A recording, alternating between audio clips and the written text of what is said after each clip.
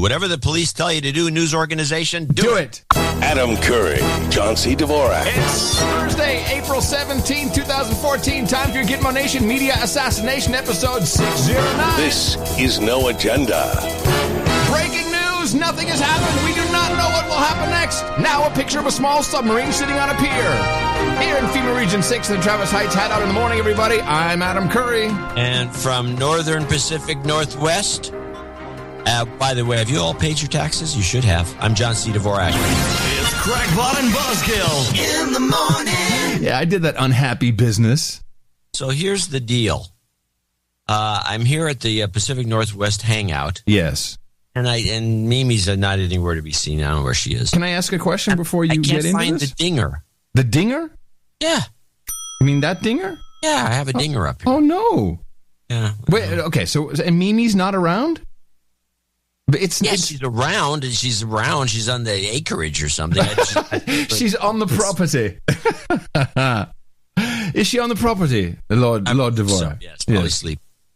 I've always wanted to ask you, so does Mimi maintain a presence for you up there, like a toothbrush? I have everything here. Yeah, I don't have to really pack it all, except I need to bring this. Yeah. Thank goodness, otherwise I'd have nothing to throw in there because there's no dinger. And you have clothes up there, and does your toothbrush? It's like my house. I would have clothes up here. Well, you're not there very often. I depends on the time of year. I'm not going to be up here when we have 80-degree temperatures in California and it's storming up here. No, right. Now, and the toothbrush, is it all dusty? Do you have to like? I have an electric toothbrush that I bring back and forth there. Oh, okay. So you don't have a toothbrush there. You carry one. My electric toothbrush. I'm not going to have a bunch of these. Are expensive. You got it for free from our night. This is the specific toothbrush that was given to me. I know, from our night. Yeah, I have it too. It's the Sonic. Yeah, and it's not the normal one you can get. I don't know where you can even buy that one. It's a dentist specialist one. Oh, really? Yeah, because I bought a couple of these, and this is nothing. This is a little more high end. No. I know that whenever I get my teeth cleaned, my healthcare professional says, Sonic brush. Oh, really? Because it leaves a certain pattern, I guess. Well, no, she said I can always tell when someone uses, because they have subsonic. The what the dentist has that's the same idea, only hardcore. Well, if it's subsonic, that would mean it's less good. You talking about that high speed, that squealing thing they use? Yeah. Yeah, I can't use that anymore. It goes all the way into your brain. It goes into your brain, right? Like yeah. Well, holy moly. Okay, I'm waiting for you. Can start the show. You want me to get it rolling? Well, I don't know. What do you got? Well, the tit for tat in our War of the Minds in Cold War version 2.0. Our man has made a sneak attack. Putin did a podcast yesterday there on his what do you call it, on his little state media show there. RT. Yeah, no. It was the one in Russia. It was simulcast on RT with translation. But he did this was interesting because J.C. Buzzkill Jr. was pointing this out during the Olympics. We had such disdain for the Russians that there was never been an Olympics like this where somebody was speaking in their native tongue and there was no translation. Right. They just let the Russian go on and you don't know what they said. And they didn't have the courtesy to translate it. I thought that was kind of rude. Well, RT translated on the fly. It was very cool. The President Putin had he's president. Is he president or what is he? He's president. He's president. The prime minister's the one that's assigned. Yeah. So he's sitting at this big desk in the middle, and it's a call-in show, and people are calling in and asking questions. He's taking calls. And is he cutting anyone off? Well, no, but Snowden calls in. What? Yeah, with a video message. No, I missed this. Oh, yeah, and it just came through on the wire this show morning. Already. No. Damn it. All right, so, but I made a little compilation for you, and it's very interesting because this was not a live call-in. This was a pre-taped, although they made it come across as if it was a very amazing moment, a video message from Edward Snowden. So, unlike our American press conferences, this one was completely set up. And heard of such a thing. Yeah, but so I cut it down to about 2 minutes, and I cut out all the extraneous bullcrap you don't need to hear.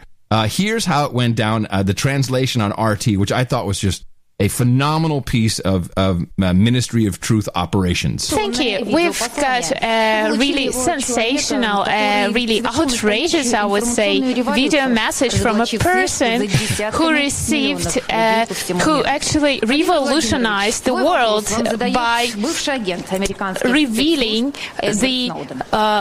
by leaking the information. And this is licking it. By licking the information. I love that. This is the equivalent of one of those chickies on like The Voice, Christina Milian. Like, well, we had this really outrageous, Carson, I can't believe it, really outrageous video message from the guy who was licking the information. And here he comes. I'd like to ask you a question about American Secret Services, Edward Snowden. Now, the video that you see is the same kind of video that we've been seeing from him consistently, like Head and Shoulders. Yeah, webcam. Yeah, not much better than webcam. Black background, bad chroma key for some reason. I don't know why they keying him at all. Yeah, I don't know, but it was black background, but it was pre-recorded, and here's a little bit of his message. I've seen little public discussion of Russia's own involvement in the policies of mass surveillance. So I'd like to ask you, does Russia intercept, store, or analyze in any way the communications of millions of individuals? And do you believe that simply increasing the effectiveness of intelligence or law enforcement investigations can justify placing societies rather than subjects under surveillance? Now this question is, I'm so confused. By the way, the right answer would be, yeah, we would if we could. Well, that's very much what the answer was. But first I want to stay with this question. Now, you've asserted from day one that, the Obama administration is PO'd about them having Snowden. Oh, yeah. But of course, that's the only thing the Obama administration is mad about.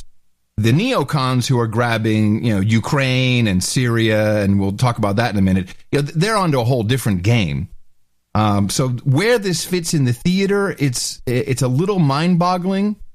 The question is clearly, set up. What is Snowden? And now he works for he works for Putin now. I mean, what is this? He's actually supposed to be working for some web company there. Well, here comes the answer. Thank you. Okay, so Mr. Putin, I guess you understand the question overall. We have seen you talk to world leaders and Mr. Snowden as well. I will try to translate. The American version of English is a little different from the kind of English I'm used to. Yes, this American slang, this below-level slang, I'm not so used to that. Yeah. Mr. Snowden, you are a former agent, a spy. I used to be working for an intelligence service. We are going to talk one professional language. First of all, I love this. Hey, as a spy to a spy, Ed, let me tell you what's going down, and listen to his answer. It's really quite revealing, at least in what he's trying to communicate. Our intelligence efforts are strictly regulated by our law. So how special forces can use this kind of special equipment as they intercept phone calls or follow someone online, and you have to get a court permission to stalk a particular... I love that translation. If you want to stalk someone... I guess that's what they really said in Russian. Yes, if you want to stalk someone, you need a court order. Person, we don't have a mass system of such interception, and according to our law, with our law, it cannot exist. Of course, we do some efforts like that, but we do not have a mass-scale, uncontrollable efforts like that. I hope we won't do that, and we don't have as much money as they have in the States, and we don't have these technical devices that they have in the States. We don't have the money, and we don't have the gear. This is great. What do you think the point is of this? Why would he be doing this? Other than just to needle Obama, just to poke a needle in his eye. I think it's just that, yeah. This is a little thing going on in the background. We already know that, most of this that's going on between Russia and the United States. And let me play this clip, which is a short clip, and I think kind of summarizes things, which is the corporation clip. Corporations still work with Russia. US-led sanctions against Moscow aren't stopping Western companies from pairing up with Russian ones to drill for fossil fuels in the Arctic. The polar seabed is said to hold about a quarter of the world's untapped oil and gas reserves. But while it's business as usual for corporations, some Western governments are stoking military tensions on Russia's northern borders. Maria Portnaya explains a bit more. Yeah, we know that Siemens was visiting Putin, the CEO of Siemens, and hey, don't worry, man, we're going to continue our deal with you. Yeah, so this is theater, and so I don't know. This probably was meant because first to get Snowden on is enough to needle. What's Snowden doing there? But seriously, doesn't this kind of play into the theory that everyone's all in the same boat? That it's almost like Obama and Putin had a phone call, which they did. They talk about once every 2 weeks. Yeah. Hey, I got a good one. Dude, get Snowden on and have him ask something, and you say, we don't have the money or all those cool things you guys have. I mean, why not? I don't understand. Here's America's answer to this.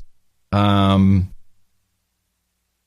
is Jen Psaki doing her little spiel there. She's the standard spokeshole for the State Department, although not the cutest. We like Marie Harf better. They look so much the same. No, Marie is, and she's been wearing like cute little pink tops and stuff. Okay, yeah. Well, I think it can go either way. They probably do that with each other. Here's this is fun. He also said that there's absolutely no Russian intelligence force personnel, no forces inside of the Ukraine, and so on. So, do you believe that the Russian foreign minister is actually lying? Saeed, I would point you to the fact-fiction document we put out yesterday that outlines a number of the claims and what the facts are on the ground. So what he's saying is basically fiction. I would point you to that. Oh. Well, so fact fiction. Yes, I went to the fact fiction document that they put out. But I think we should review some points of this fact fiction. Yes. The document is titled Russian Fiction the Sequel. 10 more false claims about Ukraine. This is a State Department document. This is news for children now? And at the top of this document it says, no amount of propaganda can make right something that the world knows is wrong. A quote from President Barack Obama on March 26th. Russia continues to spin a false and dangerous narrative to justify its illegal actions in Ukraine. The Russian propaganda machine continues to promote hate speech and incite violence by creating a false threat in Ukraine that does not exist. We would not be seeing the violence and sad events that we've witnessed this weekend without the relentless stream of disinformation and Russian provocateurs fostering unrest in eastern Ukraine. Here are 10 more false claims Russia is using to justify intervention in Ukraine, with the facts that these assertions ignore or distort. My goodness, John. This is fighting words right here. Yeah, this is pretty funny, this document. And I'd like this to... This is the second or third one they've done. Yeah. And I'd like to remind everybody, before this all happened, the leaked phone call from Victoria Noodleman. I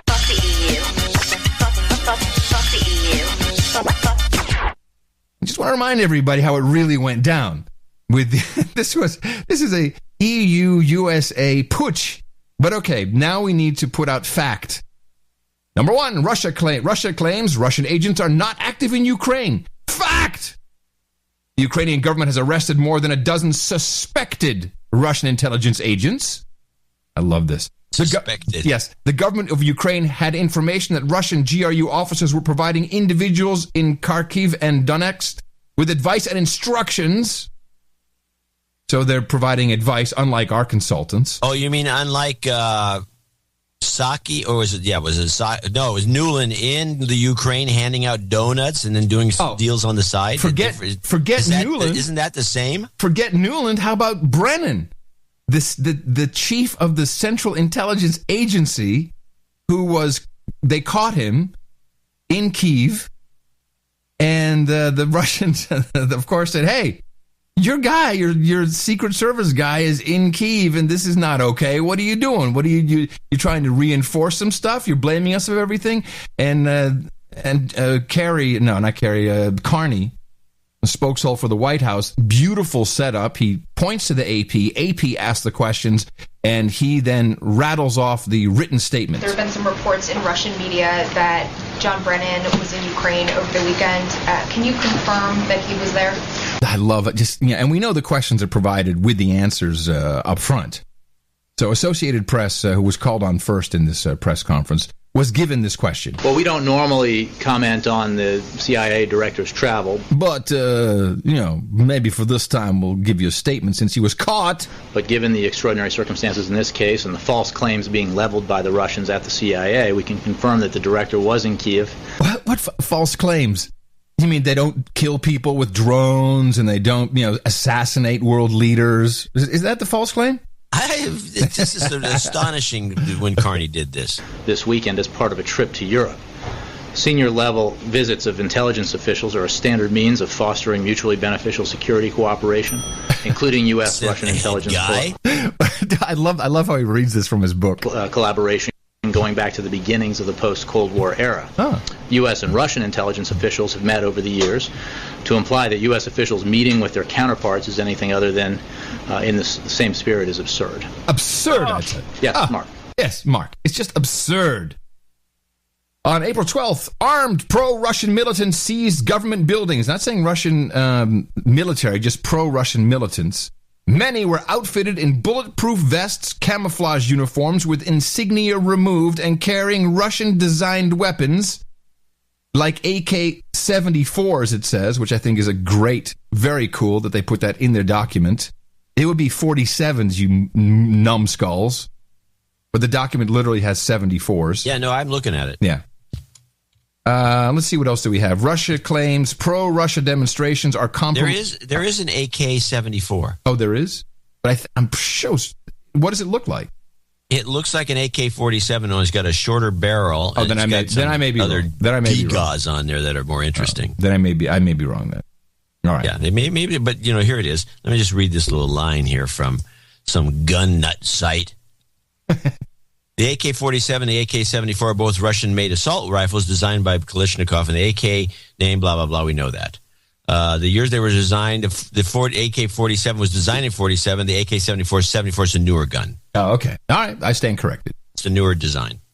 But if you're going to do a propaganda document, do something that we recognize. Yeah, they should just say, you're right, it's bullcrap anyway. Yeah, but you might just say 47, so I That's feel what better. we know and love. Yeah. Russia claims pro-Russia demonstrations are comprised exclusively of Ukrainian citizens acting of their own volition, like the Maidan movement in Kyiv. Fact! This is not the grassroots Ukrainian civic activism of the Euromaidan movement, which grew from a handful of student protesters to hundreds of thousands of Ukrainians from all parts of the country in all walks of life. No involvement from us, no donuts from Victoria Noodleman or anything like that. Fact!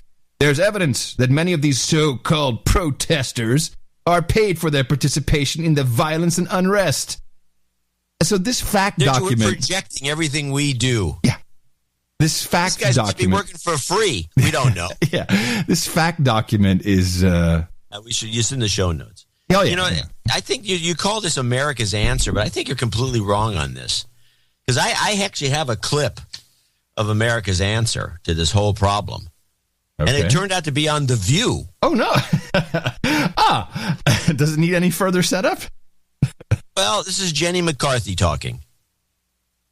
I'm playing. Lady. But also he's very happy because he's happy for me because I just got engaged.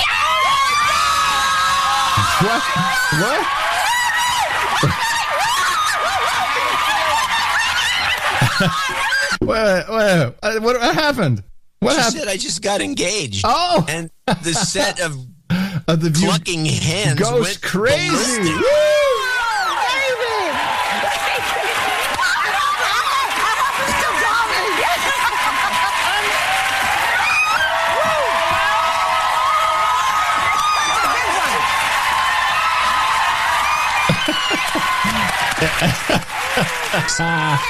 ballistic. Besides Barbara Walters grabbing her and saying, "Oh, baby," the whole audience standing O. Wow. This was 10 points above anything Tom Cruise ever did, and you'll never see it again. Okay. That's America's answer to this problem. No, you're right. However, on the No Agenda show, we look a little further than The View. After we... Why bother? It seemed like this. Zbigniew Brzezinski. Yes, Zbigniew Brzezinski. He has his answer. Oh, as he was called on to his daughter's show. Have you ever noticed Brzezinski? So Mika Brzezinski is his daughter. She's on the Morning Joe show, sponsored by Starbucks. And whenever he's on, he always has a trench coat on. Have you noticed that? No, I've never noticed this. Yeah. I don't watch Morning Joe. Well, I watch The View. I think we have to convince Putin that what he is doing is really risky to Russia itself.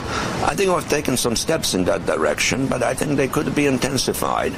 And I think talking, not doing much, but at least talking to the Ukrainians about if the need arises, providing them with some defensive weaponry, would make sense. It would send a signal. Yeah. The Ukrainians did ask us for help in that regard. Do you know what our answer has been? We offered them prepackaged food for their soldiers. Well, you can't win a military conflict by throwing pancakes at somebody. See, I need the dinger. Yeah, he's good, isn't he? Oh yeah, he's hilarious. I like when I've been reading more and more because I'm so interested in the German connection. You know that Ukraine in 1918, Ukraine was essentially kind of formed by German military for food. It was the breadbasket of Europe. It was really all this food that needed to be grown there. And this Donetsk region wasn't even a part of initially of Ukraine at the time. But then they discovered there was all the coal was there, so they said, "Screw it. Well, that's Ukraine too, because we need some of that coal." All this it's First World War stuff, and now we're back and. You just got to wonder, Germany fits into this somehow and beyond the economic, well, maybe it isn't beyond the economic part. I don't know. Samantha Power, who is, now this woman, she creeps me out. No, she's totally creepy, and she's floating around the world, and she looks like a Berkeley hippie, an old Berkeley hippie. And she's always wearing like a T-shirt that the sleeves are way too short, and it's kind of she's skinny, and her hair looks like she's never washed it in her life, and she's weird to listen to. She is also the one who wasn't she when in 2008 didn't she say Hillary Clinton's a monster? And then, but she was she was working in the Obama administration. Then she got kicked out, and she got brought back in somehow. There's a weird, might be right about that. There's a weird history with her because she was kicked out or she resigned, and then she was brought back in. Now, she is married to Cass Sunstein, who was also he's an advisor, he's a professor, and he's the guy that wrote the white paper, which he can't remember anymore. Yeah, where he said right. She's the one who said she's a monster. Yeah. She was on the 2008 campaign. For Hillary's campaign, yeah? No, was she on the Hillary? I thought she was a senior advisor to Barack Obama. Obama. But then that's right. She said she's a monster, and then she had to leave because it wasn't sportsmanlike. And it turns out, it's okay. Come back in just a couple of years later. It's all fine. Now, regardless, she's now out. Hillary gets in. She is off. And I think she's dangerous. And here she is talking, because she's continuously trying to get more sanctions in the Security Council. She's our ambassador to the United Nations. There's actually photographs of her and the Russian ambassador to the UN, and she's standing next to him, kind of like, the guy's literally like leaning back and has his hand out. Like, dude, back up, bitch. Like, she's really intimidating him, doing, I don't know, of course, it's photographic, so-called evidence, so you don't really know. But she's weird. She's getting in people's face. And here's what she feels is so great about what we're doing, which I have to question if this is something we want to be doing at all, or if we do, why? Also talked about the possibility of raising sanctions, but can the United States actually do anything that would really stop Russia at this point? Well, George, already the sanctions that we put in place have brought the ruble to an all-time low in terms of its value. The Russian stock market has depreciated by 20%. Investors are fleeing, and that's just on the basis of the sanctions that we put in place up to this point. The president has made clear that depending on Russian behavior, sectoral sanctions against energy, banking, mining could be on the table, and there's a lot in between. So I think we've seen that the sanctions can bite, and if actions like the kind that we've seen over the last few days continue, you're going to see a ramping up of those sanctions. Okay, sanctions can bite. Now, what is the point of, and who wins when the ruble devalues to its lowest point in recent memory? The stock market is down 20%. Who is really benefiting? Do the Germans benefit from that? Who benefits? Yeah, well, they're not really trading for their oil in rubles. No. The euros. Investors would benefit. They're trading their gas in euros. Sorry? They're trading gas in euros. Right. And but the Germans do benefit if they're investors, because if the market's down 20%, that means a lot of stocks are good buys, because these things don't stay that way. I mean, the ruble kind of rebounded a little bit. And there's a lot of people that benefit from these fluctuations. Speculators, people go short. I mean, there's money to be made when you do saber rattling. I think a lot of the stuff that we see, even though we don't talk about too much on the show, I think a lot of it is people creating panics in markets so they can buy and sell in advance. I mean, it seems to me that Putin could do all kinds of crazy things if he wanted to make a lot of money for Russia. Right. Is he would short a bunch of key stocks and then say something that was crazy. We're going to bomb them.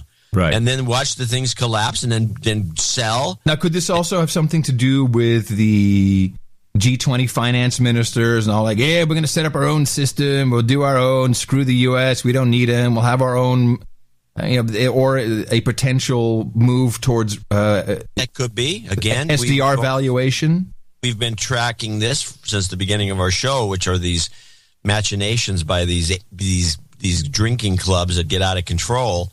Because, and a lot of the U.S., of course, behind these things, because we have to keep the petrodollar strong or we're going to be totally toast. Right. So we have to be on the side of that. And that's, so when something threatens that, we have to do something like we're doing, which is creating a ruckus. And we're doing a good job on that. Well, that's one of the things we do well. Here's Tom Friedman, this douche. Now, what is he again? Is he a climatologist? No. I thought he was a climatologist because he seems to be speaking about climate a lot. Oh, no, wait, he's a New York Times columnist. Right, he's a columnist. Does he have any particular field of expertise that we're aware of? Yeah, he does. Economics. Oh, okay. So he was on Fareed Zakaria's I'm a unconstitutional douchebag on CNN show. And he said the following, which... so Friedman is in this new 9-part Showtime series about climate change, which is supposed to scare us all into... Yeah, and it's been packing them in. Yeah, handing over tax money to save our Earth. And here's how he crosses he goes from Russia to Syria to climate change and back again, and he's on drugs. Fried, I'm going to ask you something. Would you think I'm a bad guy if I were hoping that Vladimir Putin turned off the gas to Europe? Because that's my secret hope, because I believe if Putin turns off the oil and gas to Europe right now, it would be the equivalent of the 1973 Arab oil embargo, which is what launched the solar, wind, and efficiency industry. We only got the first auto mileage standards after that. I think we are poised to take off. I hope you bought solar stocks last year, because if you did, they're all exploding. And I don't have to tell you about Tesla stock. We just need a little push. We just need Vladimir to do the right thing and turn the gas off. I'm happy to pay all the energy bills for the Ukraine, because the impact it would have on the whole clean tech industry, which is poised to take off now, would be just like 1973. You go, Vlad. Give it to us. Okay, I got to throw a personal anecdote in here because I've watched this. I was around during the 70s when they had this situation occur, and there were long lines. You had to wait in line to get gasoline because these OPEC douchebags had screwed us in some sort of a scam.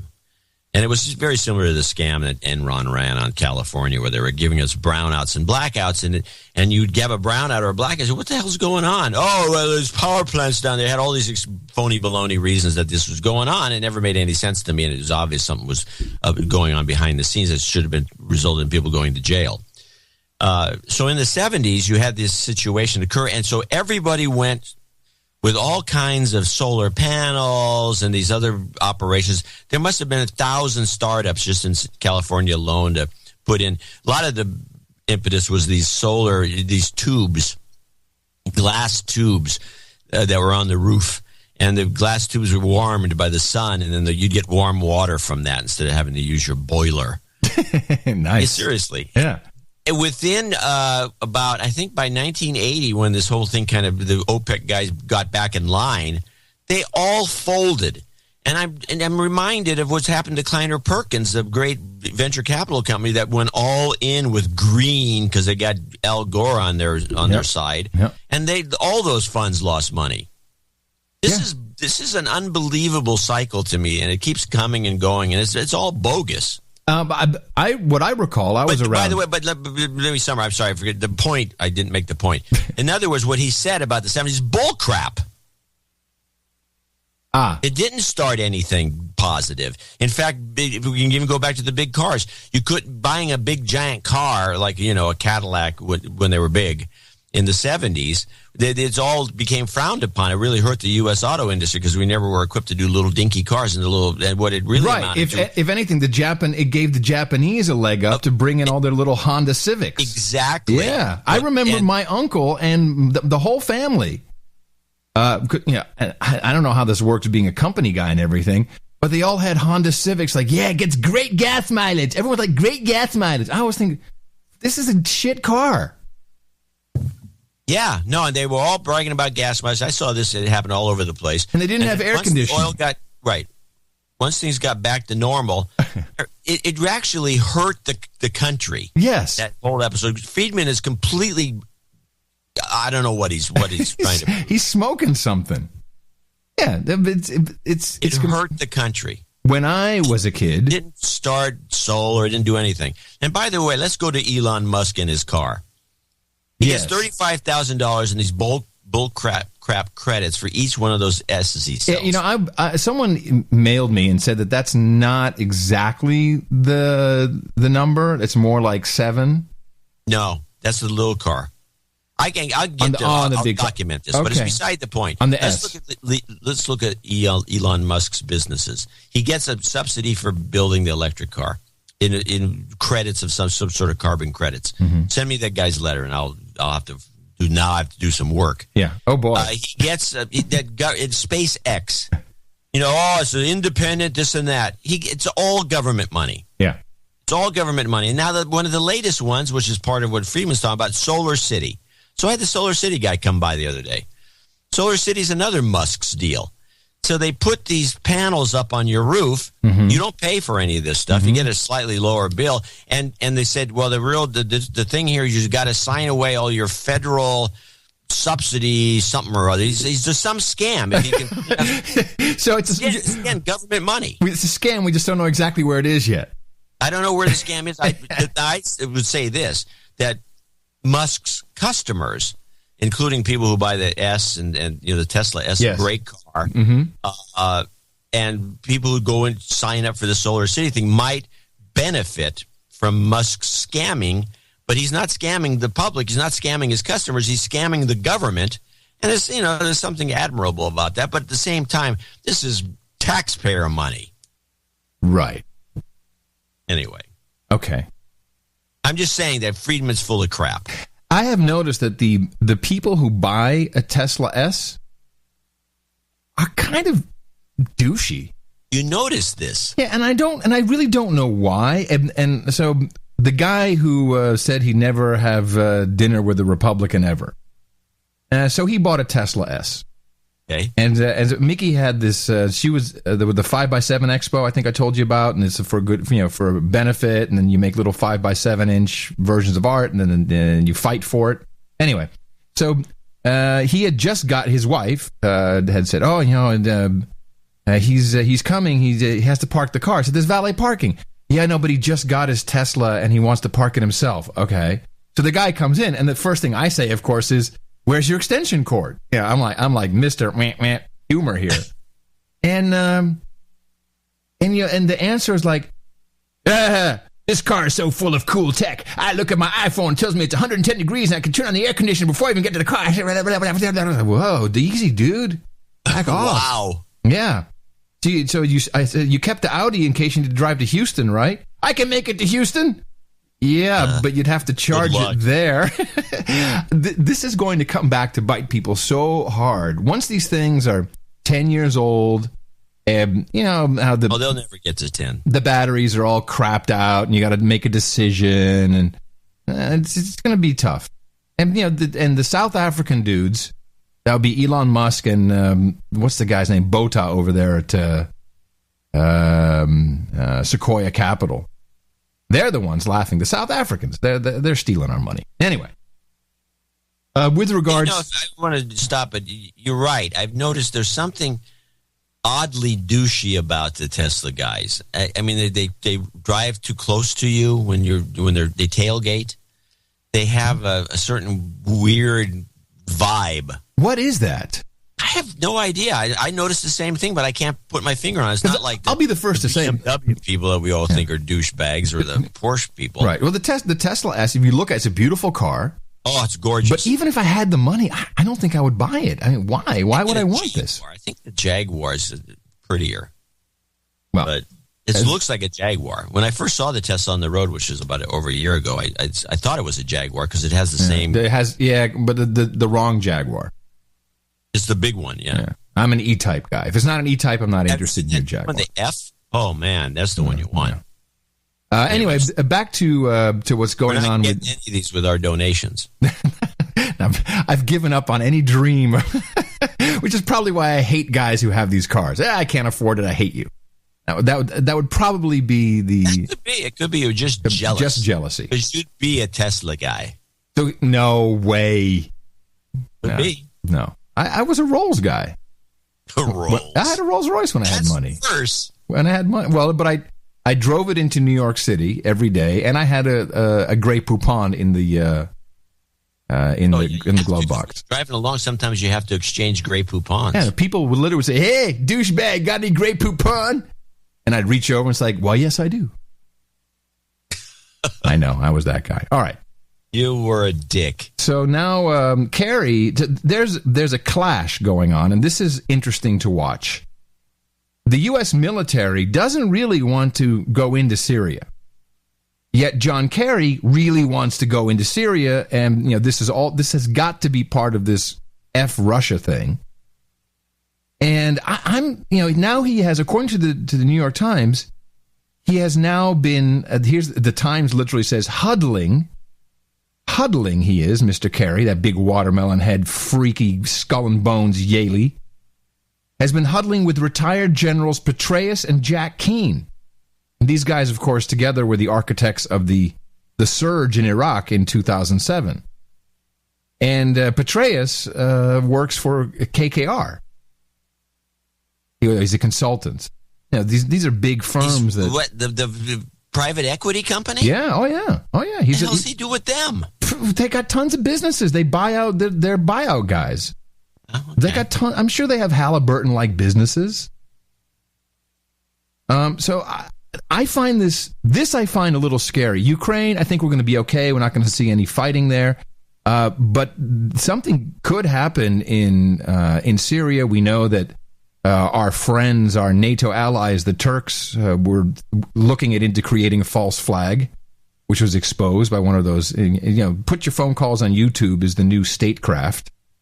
But when you look at it, John, we've got Kerry, we've got Noodleman, we've got her husband Robert Kagan and his brother Frederick Kagan, the Iraq people who took us into Iraq.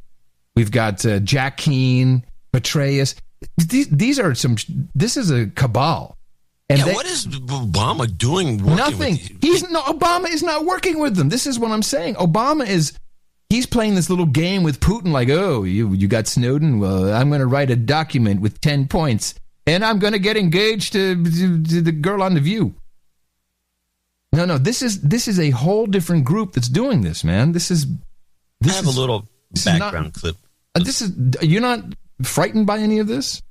No. I have a little background. What difference does it make? I have a little background clip, a Syrian update clip, but I want to set it up. This is Seymour Hersh, who is reemerged. And has been ignored despite his award-winning journalistic career. Well, he's got lots of creds. So he's on, of all things, Democracy Now!, because they're the only people that'll put him on, talking about the phony baloney rocket attack that we almost bombed Syria over. Yeah. And then he also just makes an observation about Turkey, and it's just like, he wouldn't be on CNBC and MSNBC or Fox. And so I don't know why we're talking about multiple launch rockets, and these are homemade weapons, and it seems very clear to most observers, as I say, even to the UN team that did the final report. The UN, because of whatever rules they have, wasn't able to say that who fired what. They could just say they just could describe the weapons and never make a judgment. But I can tell you, I quote somebody from inside that investigation unit who was very clear that the weapons were fired were homemade and were not Syrian army. This is asked and answered. These are arguments that go on. This is, I assume it's a blog. I don't know the blog, but this has been. And Turkey's interest, if it were the case, in pushing the red line and supporting an attack that would be attributed to Assad, their interest in getting the U.S. to attack Syria? Oh my God. Totally of great interest, because Erdogan has put the prime minister of Turkey has put an enormous amount of effort and funds and others, and including his intelligence service in the disposal. He and Bashar are like at loggerheads. He wants to see him go, and he's been on the attack constantly, supporting the most radical factions there, and also I must say he's also supporting the secular factions, the people who seriously want to overthrow Bashar and don't want to see a jihadist regime. They just want to see a government that's not controlled by one family, and yeah, exactly. But the whole thing. This whole thing may be really a Turkish scheme. Which would mean it's a NATO scheme. It's not. It can't just be Turkish, although they have big issue with the Kurds. And lots of issues. They seem to have a lot of issues, don't they? Those Turks, I tell you. They could foment trouble. It's a big country. Yeah, and they're very, very important. Well, first of all, they think they're more important than they are, because they used to be important. Used to be the center of the universe. Yes, Istanbul. The Ottoman Empire, Constantinople. That was the center of the universe. We have, I think, clearly identified the Ottomania of bringing back the third wave of the Ottoman Empire, which included all this turf, I believe.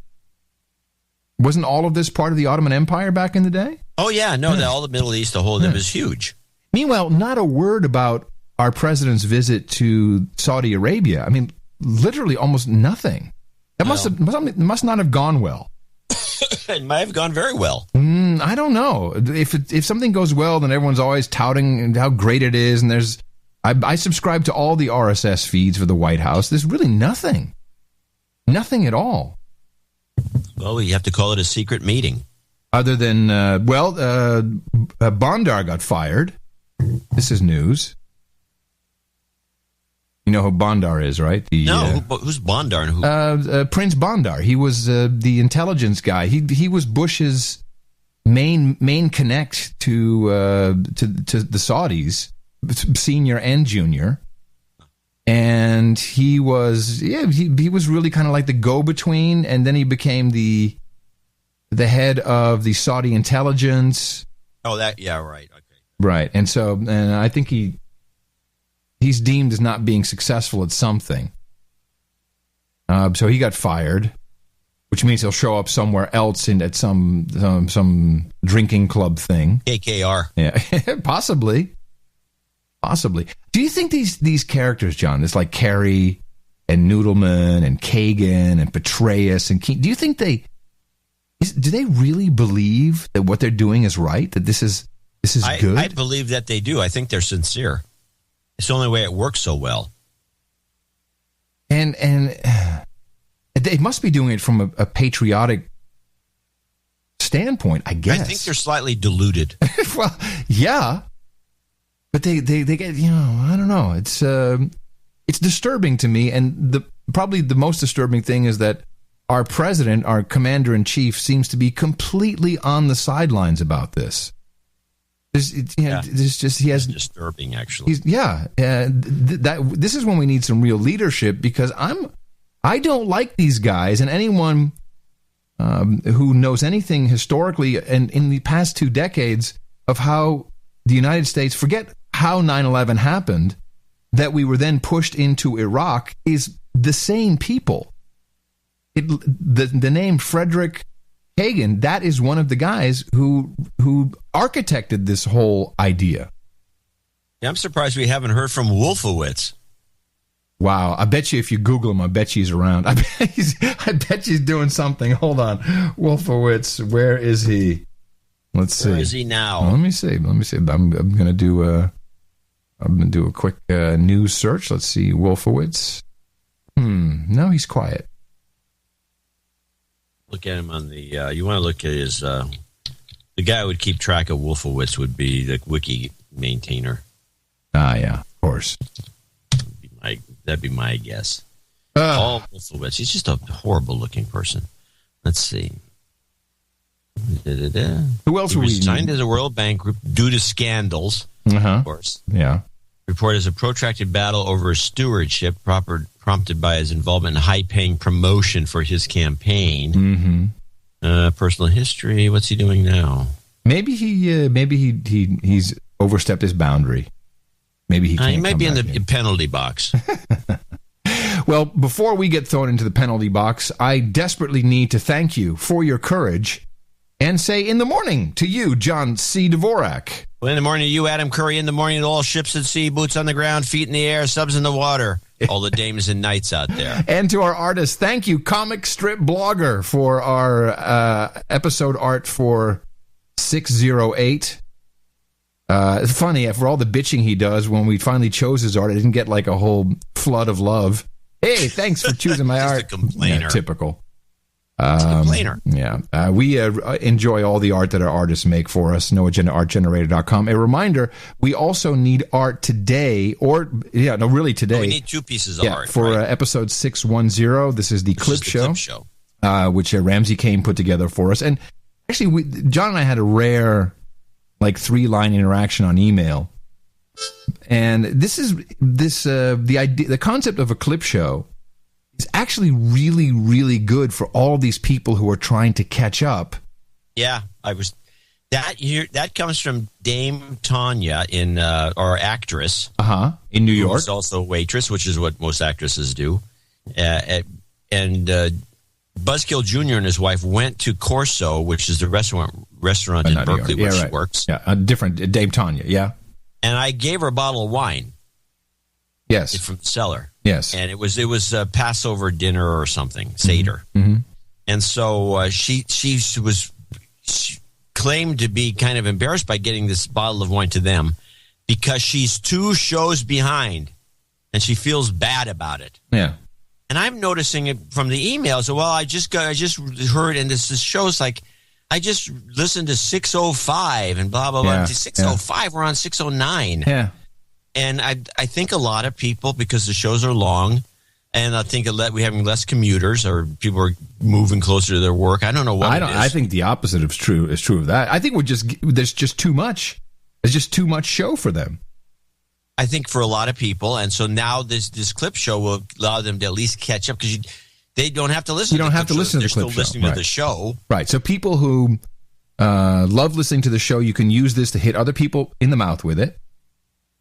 Or you can just listen to the clip show and enjoy all those great moments that you've already heard. And then everyone else can catch up. And by the time we're at Thursday, everyone should have had enough time to catch up with their episodes. Maybe.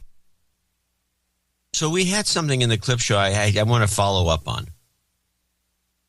Okay. You remember the discussion about lesbian bed death that you were not aware of at the time? Yeah, vaguely. And became aware of? Yeah, I think you made me aware of this, yes? Yes. And then you said, because I edited the clip show a little bit too.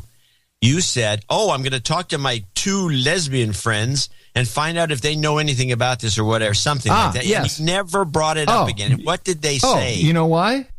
They're dead. What? I don't know. I don't remember. What is the lesbian bed death? It's like because of that's where one woman has to take a bunch of testosterone and grow a mustache. And then she dies. No, so they can keep their sex life going. Their sex life dies. Yes. Yeah, their sex life died. Jeez, you don't. I don't know. No, I don't remember. And the only reason it comes to mind to me because I was over at Monterey Foods, and there's a lot of lesbians in there shopping, and one of them was just like outrageous mustache, which I guess is some sort of announcement. I'm the one taking testosterone. I guess I don't know. It's messaging. I don't really care, but I remember listening to this, and you were going to do a follow up, and you never did. I'm sorry. Well, I shall. No, that's okay. I shall follow. Well, neither of them take testosterone, as far as I know. Well, you didn't even ask them. Okay. No, but I'm sorry. I haven't been out to Los Angeles. I'm just going to call them. Hey, it's Adam. How you doing? Yeah. Hey. Hey. Are you taking? That's what you said you were going to do. That's all I'm telling you. Yeah. It's like. Hey. Yeah. Hey. Lesbians. How you doing? Yeah. Listen. Have you heard of this thing where you take testosterone and then you don't want to have sex anymore? Yeah. All right, let's thank some people. Let me thank everyone in the chat room. No Agenda Stream, noagendachat.net. And yes, the way we run this show is only by truly from viewers like you. Unlike, I keep seeing PBS. And viewers like you. And viewers like you. No, you're not. It's your money comes from ads. And you listen to NPR the whole day. It's brought to you by. If you say brought to you by, that's not underwriting anymore. They're just saying it now. Brought to you by Carbonite. As far as I'm concerned, they're double dipping. Yes. First, they're taking the advertising money by the ton. And yes. I mean, this is an unbelievably they're triple dipping. They're also tax exempt. Yeah, they're taking everything. Yeah. And they're taking money from it's a total scam for a tote bag. This is the money that you send them. Bag. Yeah, it's just to bind you. They don't really care about your money. They're laughing at you. Look at these idiots. Send them a tote bag, a mug. Yes, these mugs are great looking. And for a $150 donation, you can get a DVD of this show. Yeah. Really? So luckily, the people who support us do it because they get the true value from it, and they're not sending their money to NPR or PBS, and I think that's fine. Bill and Melinda Gates can handle that just perfectly. We got a lot of good contributions on this show after 3 shows in a row with very little input. Good. And let's start by thanking a few people, including Stephen Woolard, who came in with $850 from Victoria, BC, which, by the way, I may be visiting on Sunday. Victoria is the best place. If anyone travels around, you try to go to Victoria, Canada. It's just outrageously gorgeous. Anyway, he says he couldn't ignore what's the beginning of this? I just could ignore them no longer. No, I have in the morning, John. Yeah, I got it. I clicked on it. Yeah, make your spreadsheet a little bigger. In the morning, John and Adam. Make it bigger. Make it bigger. I heard your pleas for more support and could ignore them no longer. This donation will complete my knighthood of the spinner order. Yeah. He's probably a spinner. Yeah, he's on the spectrum. I would like to call out Ryan as a douchebag. Douchebag. I hit him in the mouth several years ago, and he proceeded to listen to every back episode and never donated. Wow. Could I please get some Bitcoin jingle karma and a Koch brothers stinger? Keep up the good work, gentlemen. Radio guy. Yeah. Keep up the good work, gentlemen, and for God's sake, let's get Club 33 back up and running. It makes me laugh out loud. Yeah. Stephen Willard. My accounting, I've just made a previous donation. He's got his accounting. Yeah. All right. Let's do this for him. And now, No Agenda's Bitcoin Bonanza. This week, Peter Omikar.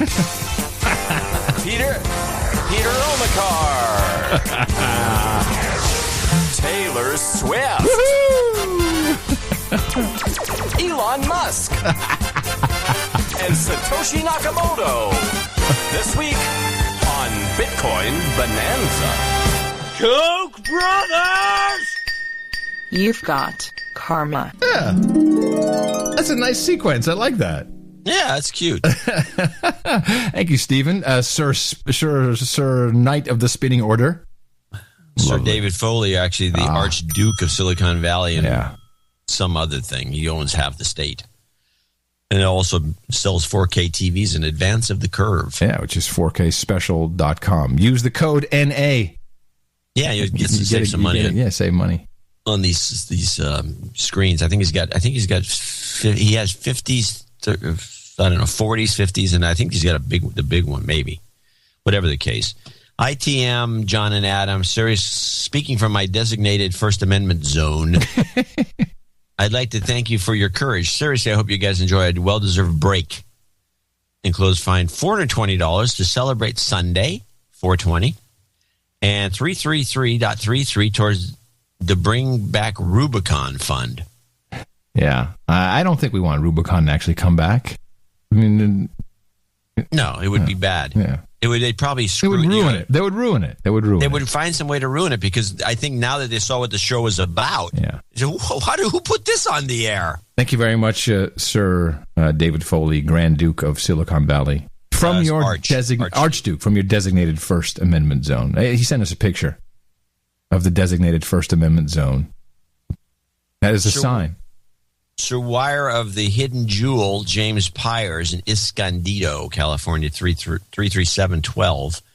In the morning to you, John and Adam, please accept my donation of $333 plus $4.12 for my son's birthday. EJ, give a karma to all my friends, Natalie for her wedding, EJ and Serafina, and my amazing, gorgeous wife, Jasmine.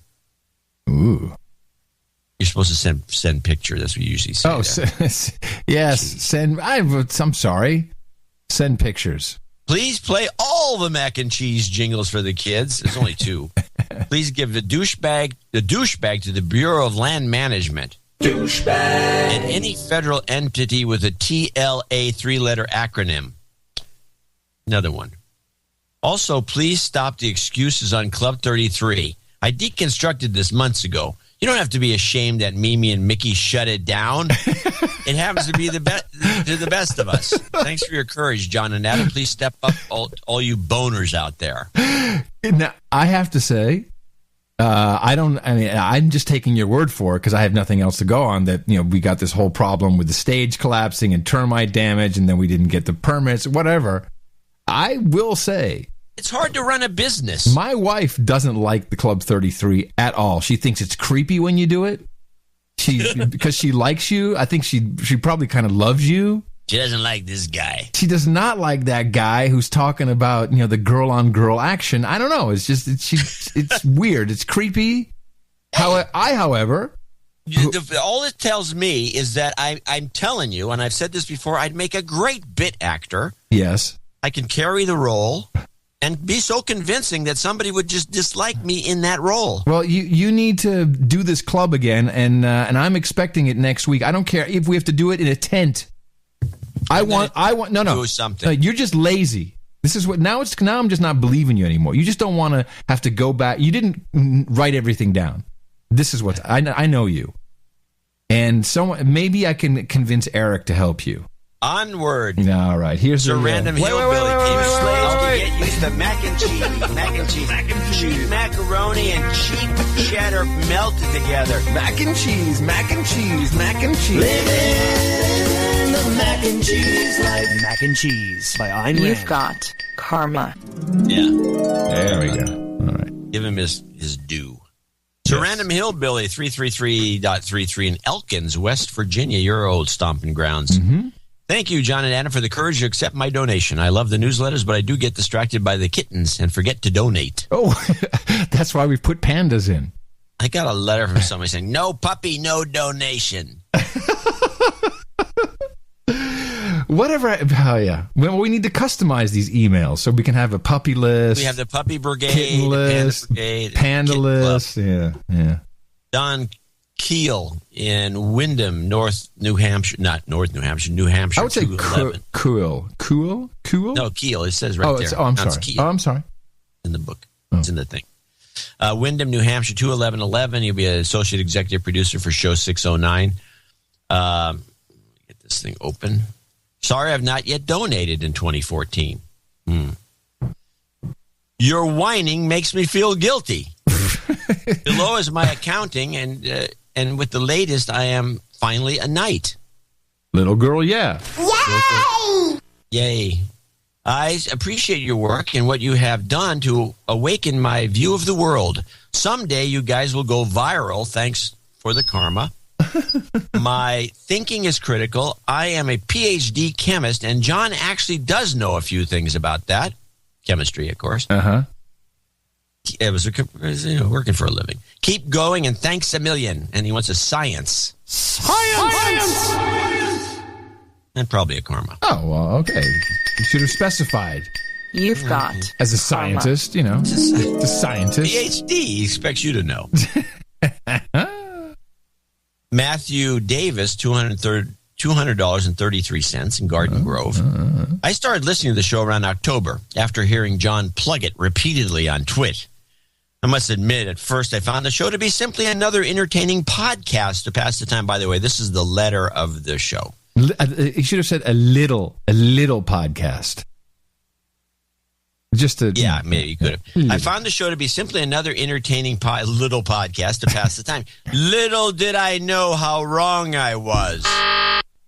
Shortly after listening, the LAX shooting occurred and introduced me to the 6-week cycle. Then my company held a mac and cheese cook-off competition for the holidays. Uh-huh. Recently, I went to the store, and the gentleman in front of me was buying 3 boxes of mac and cheese. I'm one of your 1111 peeps. But I come home thinking I should make a bigger donation because you guys are so in touch with what's going on out there. I decide to rest the fate of my bank account on the grace of CNN. Wouldn't you know it? They're talking about some airplane. Also, their expert is discussing how the plane might have landed intact on the ocean and sank in one piece. Are you kidding? During the break, there was a commercial for cheap homegrown natural gas. Yay. And right at this commercial break, as it was playing, my girlfriend brought home some kale salad. I give up. Here's my money. You guys can have it. Sorry for the lengthy email. Keep up the amazing work. And take a dealer's choice from the NA soundboard. Oh, wow. Oh, man. What should we do? What? Yeah. Well, we haven't done any parliaments. We haven't done those for a while. So, okay, I'll do this. Oreos are just as addictive as cocaine. You've got karma. There you go. That's good. Yeah.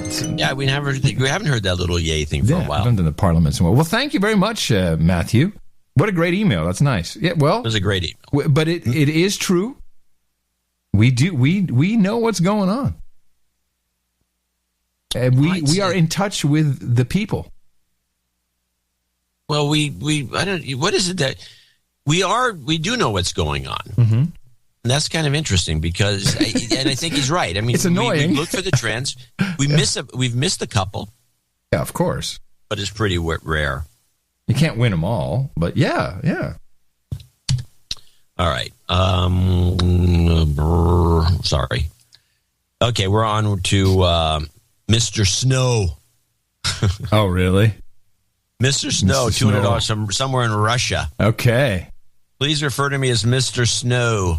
Trying to pick up the slack for St. Petersburg. Can't contribute as often as Alexander the Great from Moscow, but I hope this will be the case in the future. In other words, contribute more. Yeah. I really want to say that I love you guys, and I can't imagine where I'd get with the same analatainment. Analatainment. Yeah, that's a good one. Yes. That you two provide. And no, Adam, I'm not heteroflexible. Well, no, you're from Russia. You hate gays. We know that. I hope the other producers will also show how much they love you. I would like to give yourself a big blast of karma and an LGY at the end. A tip to the producers and supporters: if you take English language classes, it's a good idea to consider bringing clips of the show to class as advancing listening practice. That's a good idea. By the way, that's what Garcia does in Spain. That's right. I think that's a fabulous idea. I like that. You've got karma. Yay! Just as a little aside, I have now on sideband, 2 on CW, so Morse code, and 3 on sideband, have talked to hams in Cuba, Ukraine, and Russia. And if hams on CW, yeah, so 2 you've been code with them, yeah, 2 code and 1 with sideband, so voice. And if hams were running the world, there would be no problem. Like women running the world. Almost the same thing. Hams, women, same thing. Dame Astrid came in with $200 from Tokyo. Dame Astrid Klein, and she sent an email I shall read. You're my weekly entertainment. I'm not even going to the cinema anymore. TV has long lost its appeal, and there's no other podcast I'd rather listen to. So I better step up to the till before I get classified as having sluggish cognitive tempo disorder for not donating. She's Viscountess. As Adam and Nikki will soon attest, taxis are the finest means of commute in Tokyo. Not sure when you came here last, John, but I too think you must have gotten confused with the taxis in Bangkok. I have to say, as for the dainty doilies, they might make you cringe or smile, but at least they are sparkling white. I have to say, like some taxis I had to take in Berkeley, where my 5-year-old daughter, spoiled by Japanese primness, refused to enter what looked more like a cross between a rubbish tip and a dingy living room driven by a dubious hoodie character eating Chinese takeout while driving. That sounds like a Berkeley cab. That's why Uber and Lyft are taking over. Dame Astrid had a tinge of negative sarcasm in her voice there. Yeah, like little matronizing, I would say, towards you. Matronizing. Don't you think she was matronizing? Thank you for your courage. You'll always be the best podcast in the universe, Dame Astrid, Viscountess of Tokyo. That's so nice. So she says, someone thought I'd make it for a good model in the subway promenade. She sends a picture. Yeah, she's she's a native ad. Yeah, she's in an ad. She is a native ad. Yeah, she's a native ad. Yeah, looks good. I can't wait to see them. So we're leaving May 12th. We'll be doing 2 shows from Tokyo, which will be the Hot Pockets radioactive tour. Because of course, as we know from Amy Goodman, it's you should be scared of the Fukushima radiation. Kill me. He's going to kill me. When you go on this thing, the thing I was doing we might as well reveal some of the secrets of the No Agenda show. Hold on a second. Ladies and gentlemen, another secret of the No Agenda show. So I'm looking at the numbers for all the newsletters we send out. And one of the most popular ones, I think it may have been the most popular one, was the one that, we ended up getting a good number of contributions. I think you're going to have to think along these lines. And although I think it will be effortless for you to find Tokyo to be ridiculously horrible. Not that I want to get into a feud with the Astrid, but you were standing in front of you were stuck in Holland and you were standing in the cold in front of a bunch of bins. Oh, yeah. Blowing, through your hands. Freezing Remember to that death. Picture? Yeah. I was freezing to death. Yeah, you were freezing to death. Right. Well, it got a lot of sympathy. Oh, so you're saying the sympathy vote. So when I'm in Tokyo, I should be like... we should have you horrible, being beat up by a bunch of ninjas. Yakuza are beating me up. Ninjas. Yeah. Ninjas are beating me up.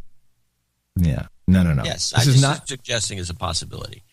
Anyway, finally, $200 from the BJ Consulting Group, a.k.a. Osaka No Agenda Fan Club, which is... in Finland. In Lodi, Finland. Instead of using my name, PJ Consulting Club, ahoy from Bill and JV from the Gitmo Nation Octopus Balls. Osaka, I guess he's in Osaka. Might be Osaka, yeah. Yeah, John said the old donation levers were active again, so here's our donation. Become members of the 200 Club. Right on time. We hear that Adam is walking to Japan and wondered if there would be a local meetup once he arrives. Yeah. By the way, the Osaka Airport IATA code is ITM. Squirrel! I knew that. If you happen to swing by Osaka, we'll provide you with ample octopus balls. Wow. Otherwise, we'd be happy to don our hazmat suits and join you and Ms. Mickey in the radiated city of Tokyo. Well, I got an email from Sir Mark. Now, Sir Mark, who has that little design firm, that little architectural thing with the Astrid. Yeah, wants to do giant buildings. Yeah, like our little podcast. They got a little thing over there. And so Mark is he turned 50, or he's turning 50 this year. And so he's got this whole, let me just read this to you. As Mickey may have told you, no, she didn't. We are planning a bit of a party at our Art Space Super Deluxe on Friday the 16th. Seems a shame not to, as there's a lot to celebrate. Both of you are in town. Mickey has her show, which is why we're going, her art expo. We should have an official No Agenda meetup while you are here. There you go, there's your meetup. I was 50 last week. You're 50 later in the year. We've already lined up some pretty crazy musicians to perform, including Ugino. He plays the love arm. Okie dokie. What? I'm just reading. What's his backup? A skin flute? Love arm. Yes, he plays the love arm and will create a special installation for the evening. We have one of our favorite DJs playing DJ Tengu, who has yet to see the wrath of DJ Terezzo, but we'll talk about that later. And we hope you will be able to spin some classics too. There you go, DJ Terezzo, fuck you, Terezzo on the wheels of There will be VJ mixing in Mickey's work as well. Morgan Fisher will be helping proceedings on the keyboard and assorted whistles. Morgan was #1 in the UK in 1968 when he was 21 with Love Affair and their classic Everlasting Love. Oh, man. Open up your arms. Wow, really? He was a member of Mott the Hoople and toured with Queen. This is going to be... Are we bringing our walkers, is the question. He'll be joined by Sam Bennett on vocals and drums. Quite a few other surprises are planned, but I will leave it there. I'm sure one of the surprises will be somebody having a heart attack. Well, if Mickey and I are there, it usually happens. It's all right. They never die. They just have a heart attack. Can we just have a bunch? Do they have like little... No, never mind. I don't want to... You should bring you guys from the Finns from Osaka. Make sure they show up. Yeah, the octopus balls. With the balls. Yeah. Aren't you sad you're not going to be there? Yeah, I am. Yeah, all right. So I can still show up. Yeah. I might show up as a surprise. Yeah. Hey, everybody. Hey. I'm broke now. Hey, girls. Hey, girls. All right. Thank you very much to our executive producers and associate executive producers. This is thank you. We needed this, particularly because we're taking off Sunday, although there will be a clip show. We do have new content in the clip show. Excuse me. It's contagious. And we need continued support because we just can't do it without you. We are not PBS. We are not NPR. We don't have underwriting advertisers, whatever you want to call it. All we have is... Dvorak.org/NA. And we'll be thanking the rest of the producers later on. But first, remember to go out and propagate the formula. Our formula is this. We go out, we hit people in the mouth.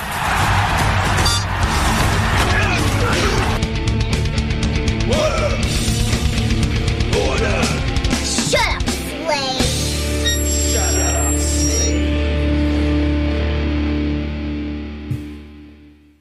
I do want to remind people that channeldvorak.com is another way to get there, /NA, also No Agenda Show and NoAgendaNation.com. Yeah, should you be locked out, some places. It hasn't happened for a while, but it does happen. Well, we have producers who are network admins and systems administrators, and they see this stuff happen inside companies and big organizations all the time, and they whitelist us.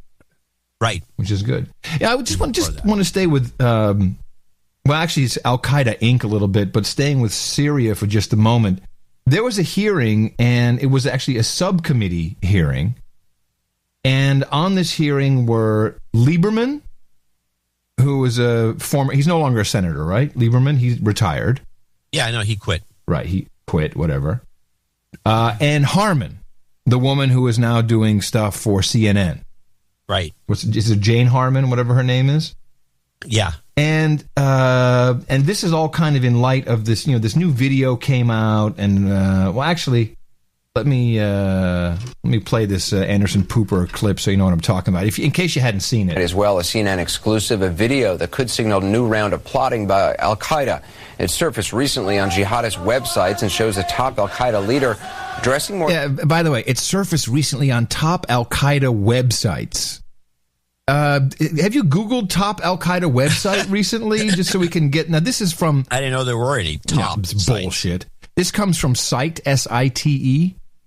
These are the guys that translate all these videos, although this is... You don't need to translate it because it's just a video of a bunch of guys. It could be from a movie set as far as I'm concerned. And it says YouTube very clearly on it.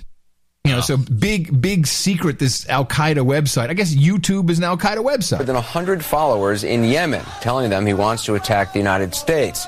U.S. officials are not saying if they were caught off guard and didn't know about the gathering or couldn't get a drone there in time to strike it. Barbara Starr joins me tonight with the latest. Yes, Barbara. The video is really remarkable. The leader of Al-Qaeda in the Arabian Peninsula, also the number 2 of Al-Qaeda worldwide, out in the open, talking to about 100 of his followers. Isn't it extraordinary? Isn't it extraordinary? Yes, you'd almost think it was propaganda. This is Yemen. This is the area that the U.S. considers the most dangerous Al-Qaeda stronghold. They've tried to attack the United States before. They vowed to try and attack the United States directly yet again. And yet 100 of them, including this top leader and other leaders, are able to openly gather and have a meeting and talk. It may be propaganda, it may be recruiting, but it's also sending a message to the United States. We feel strong enough, we feel secure enough that we can be out here in the open, and we're not afraid that you're going to attack us. So it's a real message. Yes, it's a message to whom, though, Barbara Starr? And I think the follow-up conversation explains to us what the messaging will be. And the meme is dark. They've gone dark. Do we know how many assets or what sort of intelligence we actually have about these groups in Yemen? I mean, was the U.S. aware of this gathering? Oh, what kind of question is this? It's a leading question. This is the absolute critical question right now. It's the absolute. Oh, it's an incredible question. No, absolute critical. Holy crap! No, absolute. No, and I think she said absolute critical question. Oh, I thought she said incredible. No, absolute critical question. Absolute. Why is it a critical question? Oh, because Snowden. This gathering? Well, this is the absolute critical question right now. Did the U.S. know about it, or is the intelligence about Yemen right now so spotty that they did not know? One of the things that concerns the CIA, the White House, the Pentagon the most is this Al-Qaeda group has gone underground in its communications to a large extent. They are staying off the internet. They're staying off cell phones. They've gone back to using couriers a good deal. Camels. They're using camels. They're using ham radios again, I'll bet you. They've gone dark. Because they are afraid of U.S. surveillance, of the U.S. Intercepting their communications. Right. So this sort of going dark, if you will, is one of the big concerns, that the U.S. may not know as much as it wants to about what this group is up to, and didn't know that 100 of them were out there meeting in the open. Now, this is a setup, and you can wait for it. Something is going to happen now, and we didn't hear some follow-ups here from Lieberman and from Harman. Something is going to happen. It will be an American asset. And it's going to be because of the Snowden leaks that these guys went dark and we couldn't track them anymore. And they had this South by Southwest of Yemen. Oh, I see. Where they were all out in the open, and we didn't have the intelligence, you see, the SIGINT to go and drone them, because let's be fair, if you got 100 guys from Al Qaeda on horses and Toyotas, you blow them up, right? That's what we do. They shouldn't be there like that. No, but they've gone dark underground because they know they're being tracked. It's Snowden's fault. That's right. And just when you thought Al Qaeda was decimated, no. There's a lot more. So many you can't even ask the question. Tell me a little more in detail about Al Qaeda. How many of them are there? Now, what have we been hearing about Al Qaeda? It was decimated. We took them out. It was They're done. Right? They're done. Dead. They're dead. Yeah. Senator, can you tell us? Yeah. Of course, when I was a senator, I could say I'd like to tell you, but I can't. It's classified. If you're no longer a senator, why do they still call him senator? Are you a senator for the rest of your life somehow? That's been something I've always noticed. I don't know when that started. It may go way back. But yeah, you're always Mr. President for the rest of your life. You're always Mr. Senator, Mr. Your Honor. Your Honor. The honorable. Whatever. Yeah. I know Uncle Don is still Ambassador Greg. They still call him that. You call him that? Yeah. Hey, Ambassador Greg, pass the spinach. But the truth is, at this moment, I don't know the exact answer. I am struck by the number, which has gained some currency, that there are, if not Al Qaeda, there are gaining some currency. 10,000 foreign fighters in Syria now. So they're members of Al Qaeda or associated groups, are groups that could fit the general description of violent Islamist extremists. I mean, let me think. With the general description. Can I ask you a question? Yeah, please do. About this clip? Uh-huh. What the hell's he got to do with anything? Because he's a spokesman. What does Harman have to do with it? She's also no longer a representative. Well, what's he got to do with anything? They are script kiddies. They say what is needed for a soundbite in a subcommittee to then push things to the next level. And of course... What do they know? What's their expertise? They're not even in the government. They're not doing anything. Are you questioning a United States senator? This is unbelievable that they would even be testifying. And the truth is, in some of the countries we worry about, the numbers of Al Qaeda... They're still worrying about stuff? He's not even in elected office anymore. Or associates are probably in the hundreds.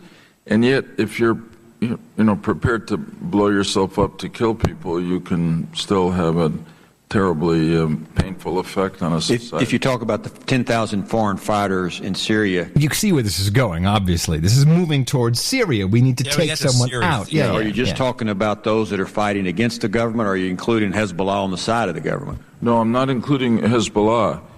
These are primarily, Sunni, and of course I'm not including the Free Syrian Army or the other opposition groups to Assad that started What's this. he talking about? He's talking about the 10,000 foreign fighters in Syria. What makes him an expert on this? Are you questioning a United States senator? With a peaceful protest. These are violent Islamist extremists who have come in from around the world, not just the region. That's a big number. And that's why I said in my testimony that I think that Syria today is rapidly becoming the most threatening terrorist sanctuary in the world. Now it's the most threatening terrorist sanctuary. Why do you know this? Are you questioning a United States senator? This is a setup. Now, I'm going to play it all back for you. We need to have no more SIGINT on any Al-Qaeda, certainly not in Yemen. But Syria, Russia, is the number one place where now we know it's not just Al-Qaeda, it's terrorists, it's crazy Muslim extremists. This is the sanctuary is here. And now let's bring in... Hold on a second. Stop us. I just want to throw one logical point in here, and you can tell me where I'm crazy. If this is all true, then why don't we just back Assad and get rid of all those creeps?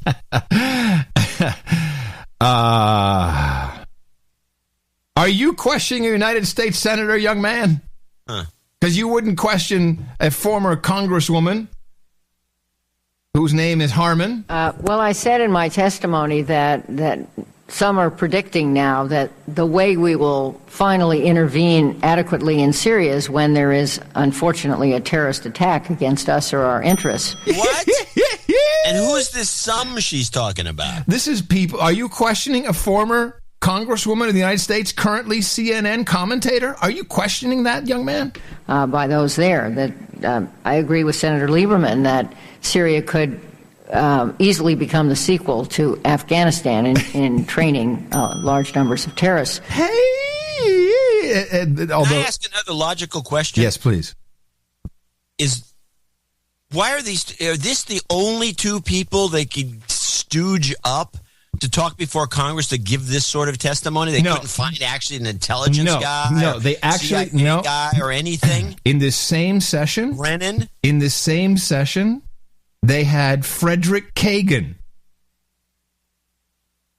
No. But his testimony was so boring, I couldn't pull a clip from it. 5 minutes of bleh. And Frederick, so he's on the same panel, Dr. Kagan, as they call him, Dr. Kagan. Frederick Kagan, brother Robert Kagan, husband to Newland, Project for New American Century, the guys who got us into Iraq. He's on this panel. This is a propaganda panel. That's why they bring in people who used to, they're not under oath probably even for this. This is just a subcommittee. Let's continue with Ms. Harman. But on your question of how many in Al-Qaeda, I think there is no answer to that question. I mean, think amoebas. I mean, there's a loose affiliation of terror groups that form and reform around projects. Some of them are Al-Qaeda, some of them are not. Al-Qaeda is now fighting. What has this got to do with amoebas? You have to think amoebas. Amoebas have projects, and they come around. Hey, come on, little amoebas, let's go over here. So as two amoebas walk into a bar. No, you don't have one. On a better day, I'd nail it, but no. Sorry. With groups like ISIS, which it considers too radical, I find that quite amazing to get your head around. But also, there are Sunni and Shia. I'm still trying to get my head around amoebas.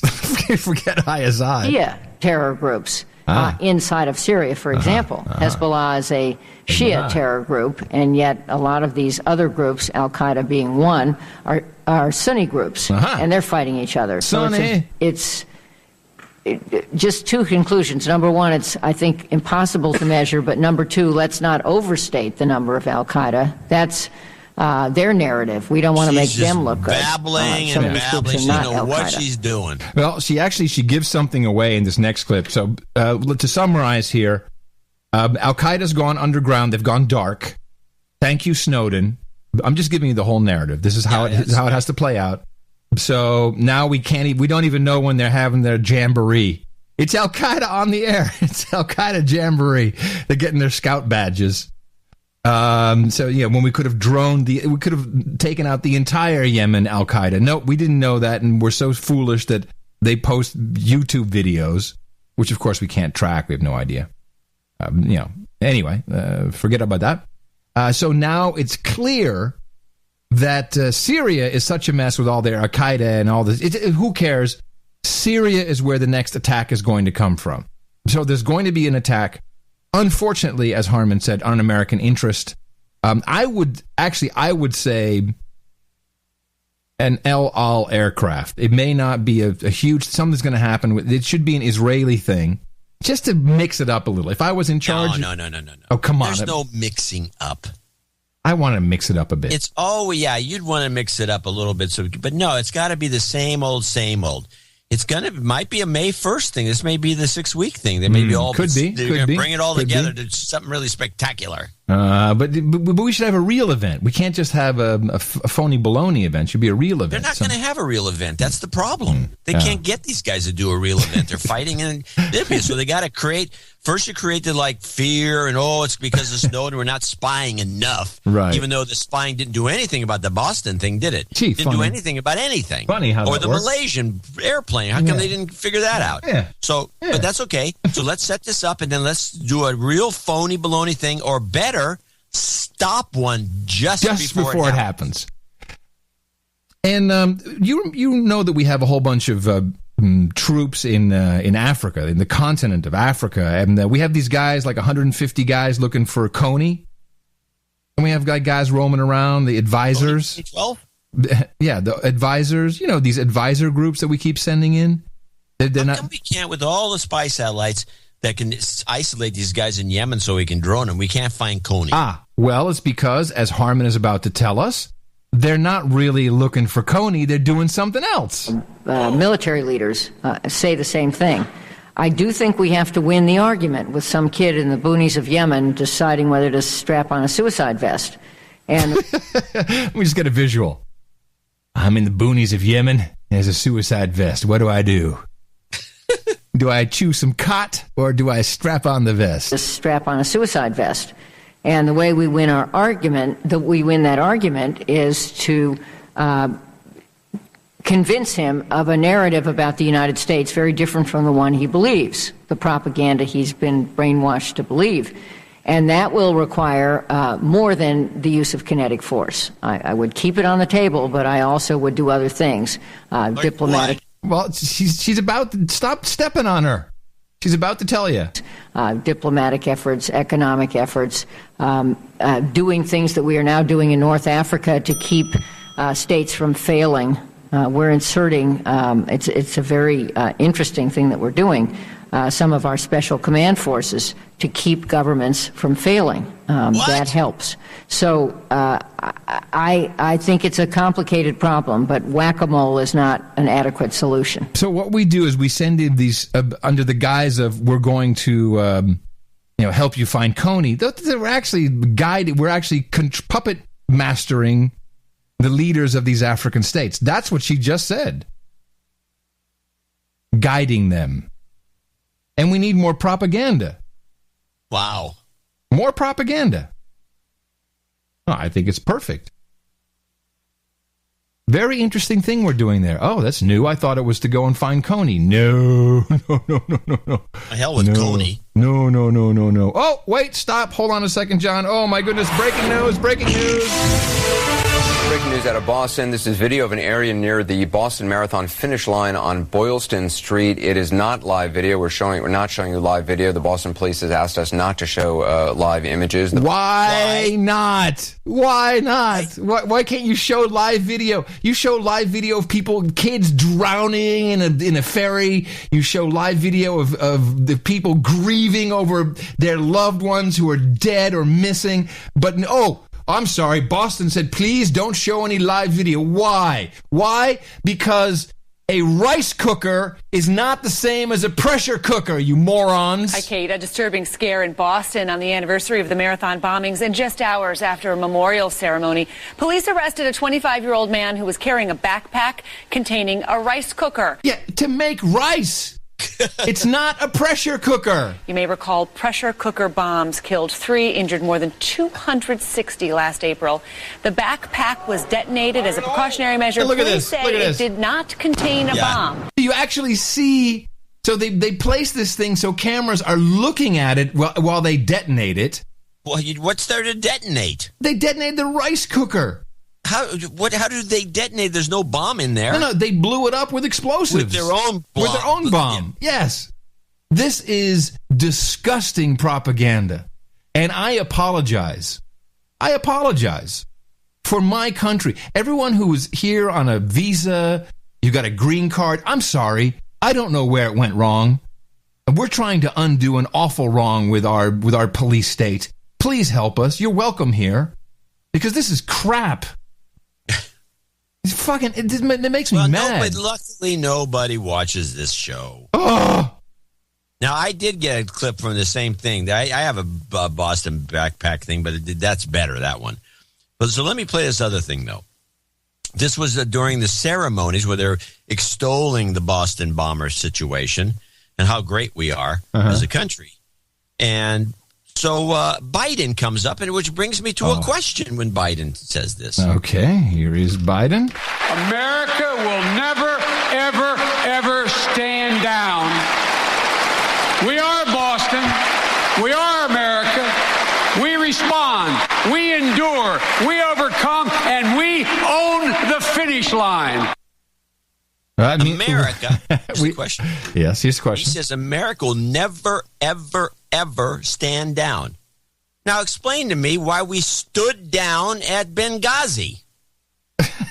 We were told to stand down. And these guys say, hey, we're getting killed here. Have you been watching Sean Hannity again?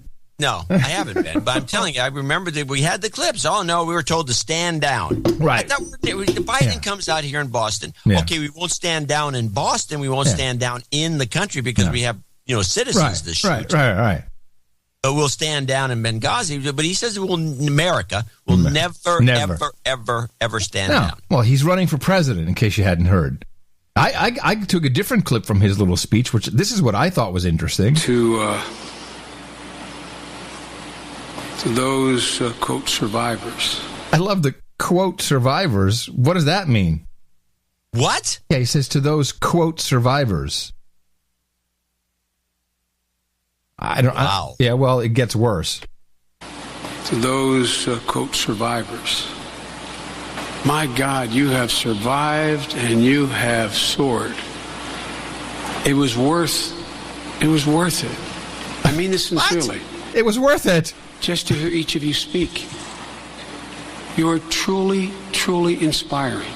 I've never heard anything so beautiful as what all of you just said. I really mean it. This guy, he's going to be hilarious to watch run for president against Hillary. Yeah. It could be quite entertaining. MSNBC, to finalize this little bit of Boston, very interesting. So this MSNBC woman is essentially going to read the party line to cover up the FBI's incompetence on this, because this is what all the dragnet surveillance is supposed to stop. And of course, the FBI is blaming Russia on not giving him the right information. Where I thought we could listen to anything, anytime, anywhere, and we know how to do this, and it's all so great. But okay. Didn't work so well in this case. And then she brings on a spokeshole for... Oh, I wrote this down. Hold on a second. This is a fantastic outfit. I'm going to have to... I'm going to play the clip while I'm looking for this. Just have a listen to how he brings us right back around to Al-Qaeda. As for his late brother, Tamerlan, a government report Thursday cites several steps where the FBI did not follow up on its investigation of the older brother prior to the bombing. However, it also finds no evidence that these missed opportunities to further scrutinize him or his brother would have thwarted the attack. If anything, the Boston Marathon bombing is a reminder both that homegrown attacks on our soil are rare, but also that despite our best efforts, there won't always be safety in numbers, even in seemingly safe spaces, from a determined few bent on mayhem. It's so pathetic when you listen to this. You're not watching it, and you hear how she's just a prostitute, a spokeshole for the Ministry of Truth.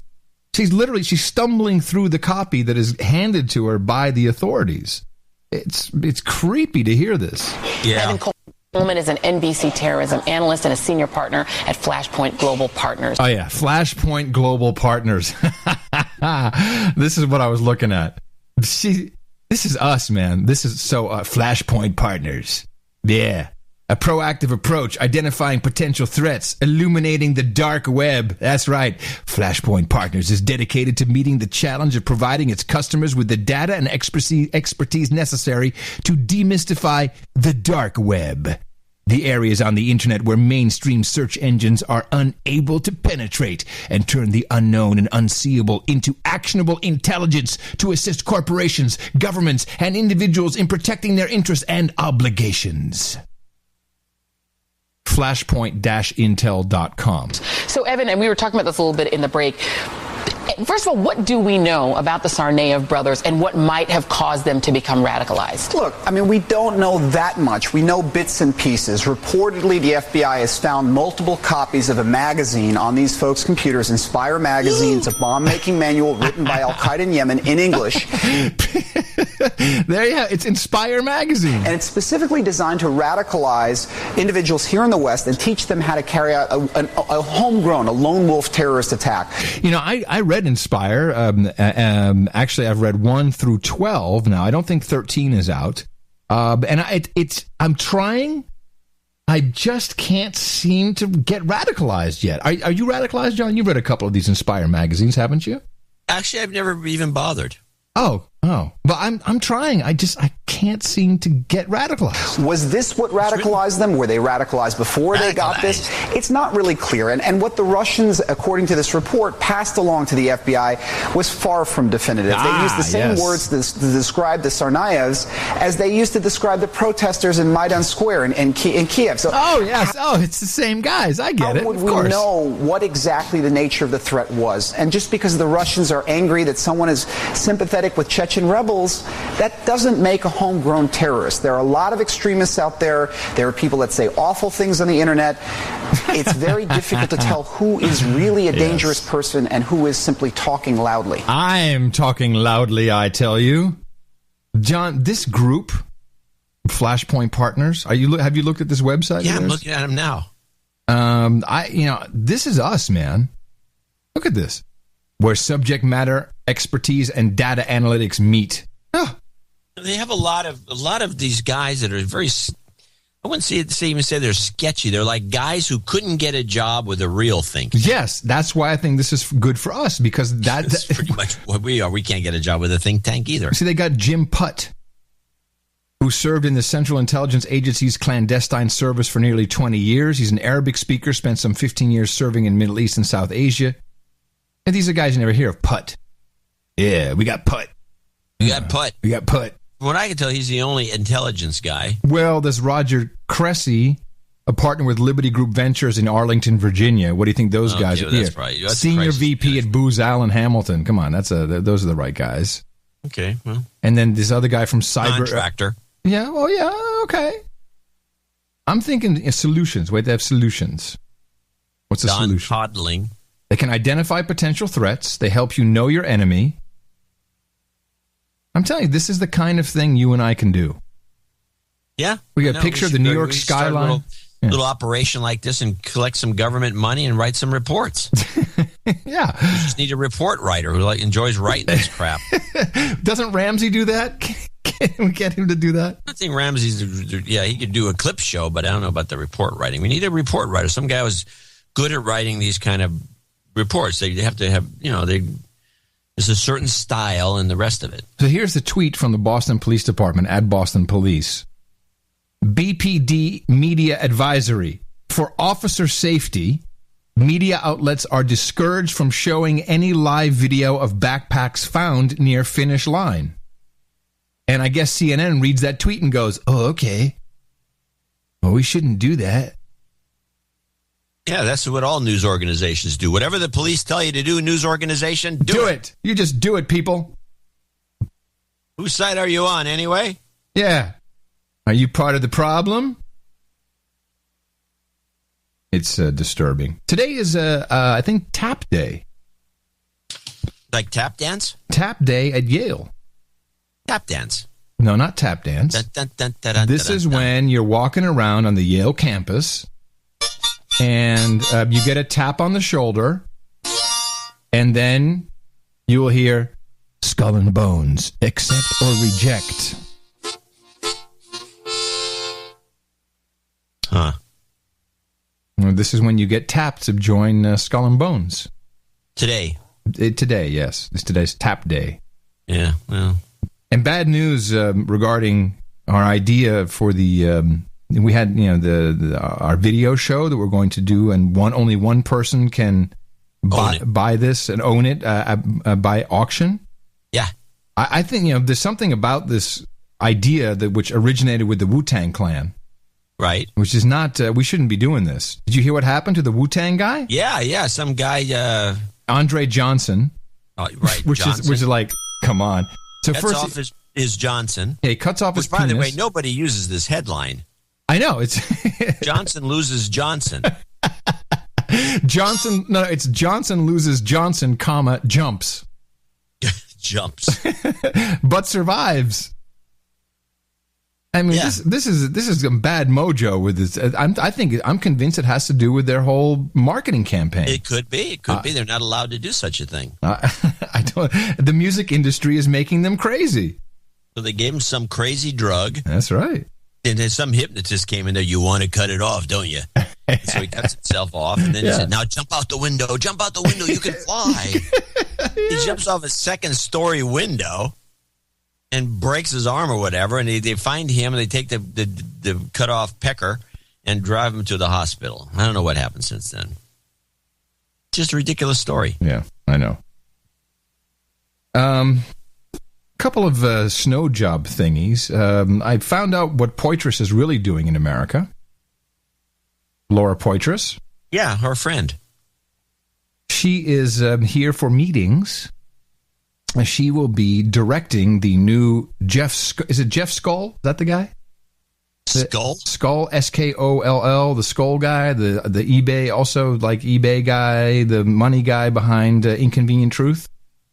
Oh, that guy. Isn't that Jeff Skoll? I don't know who it is. I can't remember these names, especially names like Skoll. Yeah, Jeffrey Skoll is an important guy. Yeah, an important guy. He is, I think, didn't his money come from eBay or Amazon? So. Yeah. He was the first employee, also first president of internet auction firm eBay. Oh, okay. He was an employee. Well, he was number one. Yeah, he's number one employee. Yeah, so he made a lot of dough. He and Pierre Drymakar. So this is in Woodside, where all the good guys live. Just now, you have to imagine how it all starts to fit together. Poitras works for Pierre Drymakar, former eBay guy, and she's been sidelined. She's not writing anything except, "Hey, I'm with this guy." She's taking a check, I'm sure, and then teams up with Skoll's movie company because he will be doing the Snow Job movie, and she will be the director. How convenient is that? In fact, that's why she was in Japan in the first place. Not in Japan, in Hong Kong, in China, Hong Kong. She was shooting, if you recall, she was shooting the movie. She was already starting this, and now, of course, it's all heated up and everything's perfect, and now Skoll can come in. This is what this guy does. Like he did Inconvenient Truth. They're working on Inconvenient Truth 2. We can go get another Oscar, and I'm sure this has Oscar written all over it. So Poitras will be directing that. The skids are oiled. Oh, yeah. Meanwhile, there's been an interesting campaign discovered by a guy whose website I track. Well, I subscribe to his RSS. And by the way, I've been looking at Skoll's wiki page. Mm-hmm. Now, Skoll is, the wiki guys tend to dog some of these pages, especially when they're biographies. Mm-hmm. And this one here looks to be just like a big promotional thing. And I just have to read this line because I would ask, why is this on his wiki page as something important unless it's code for something? And I don't know what it would be. Other interests. Interesting. Okay. Other interests. It's a subhead. It says Skoll owns a Tesla Roadster from Tesla Motors, a battery electric sports car. The third Tesla off the line, P2-VIN F003. He's also an investor in the company. Who cares? Yeah. Well, because these things are, it's wiki. It's done by little weenie boys. You can't really fuck. Here's what I'm going to say. Fuck Wikipedia. That's what I'm going to say. I'm sorry. I said it. You shouldn't have said that. Yeah, I have. I know. They're going to kill me now. No, I prefer to read A. Nolan. He's a Canadian, by the way. Yeah. A. Nolan. Now, this is a guy who listens to the show, and I often post links from his blog, anolan.com, in the show notes. And he hates this whole cabal in Germany. He's always tracking what's going on with Poitras and Applebaum. And so he says, it's very interesting. Twitter is being spammed with hundreds of different users tweeting the exact same message. And he lists them all. And here's, okay, so the first, there's all different Twitter addresses. Jane Cake. Here's the software that helps Edward Snowden avoid the NSA.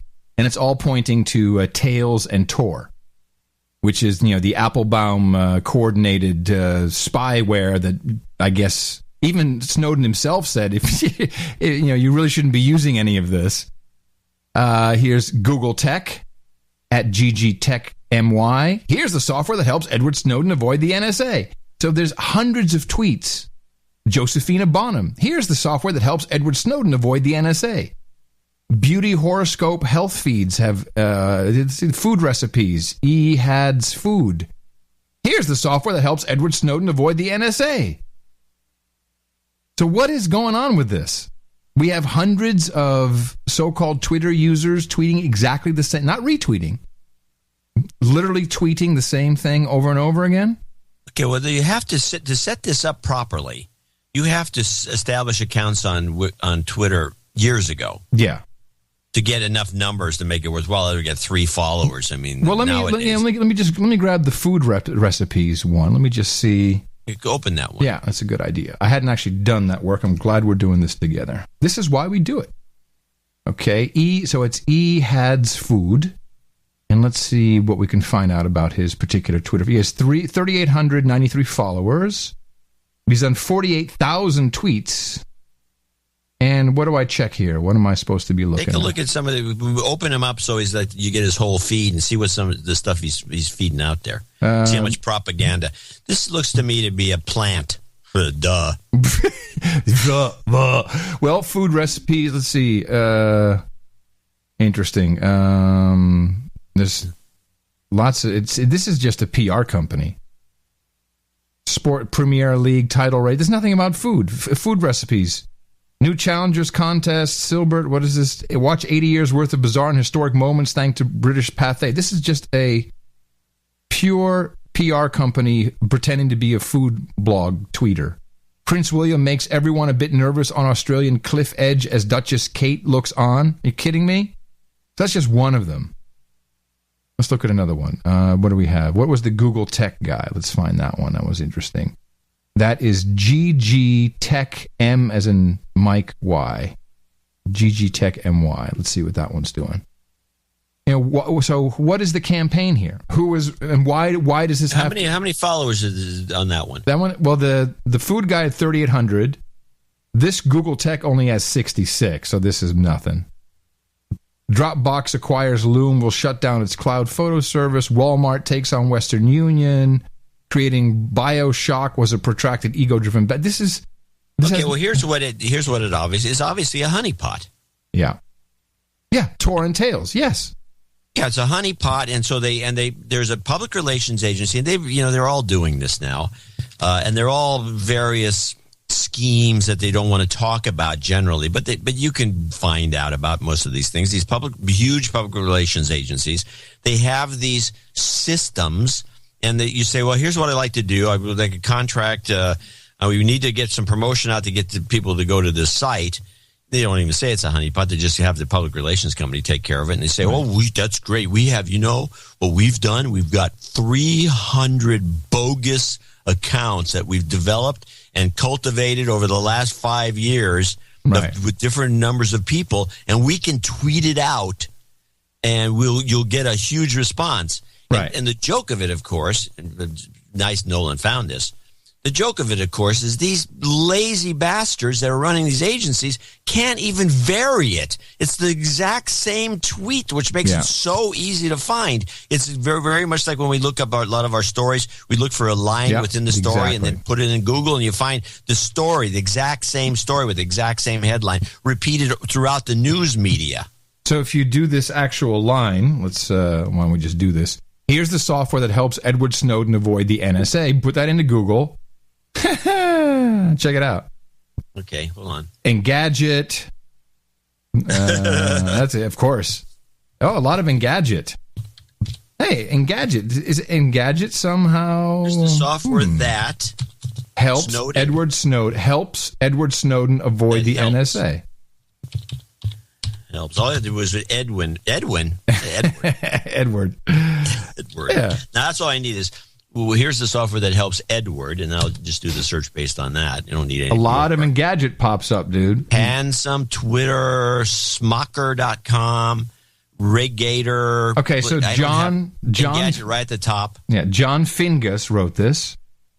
Yeah. Oh, so maybe he's on the take. Well, he wouldn't be on the take. He was just somebody put a piece of paper in front of him. Hey, put this in. I don't know. We have to talk to John Fingus and ask him why he ran this story. Now, what I'm going to tweet is same thing. Here's the software, so I maybe get it on the hit. And then I'm going to put equals honeypot. Yeah. Good. That'll put a stop to it. That'll stop them in their tracks. That'll do it. Good work. He communicates with the media using Tails, a customized version of Linux. Oh, brother. That makes it easy to use Tor's anonymity network and other tools that keep data private. Mm-hmm. Software loads from external drives and doesn't store anything locally, so it's relatively trivial for Snowden and his contacts to discuss leaks without leaving a trace. Okay, so we can assume that's not true. Mm-hmm. Yeah, this is a honeypot. There's a big push right now, and it's a war on weed. And at first I didn't see it, but I was lucky enough to be driving around a bit with Miss Mickey. We went to our dance class and stuff. As you know, I don't have a phone anymore, so we listen to the radio, listening to National Public Radio, National Pentagon Radio.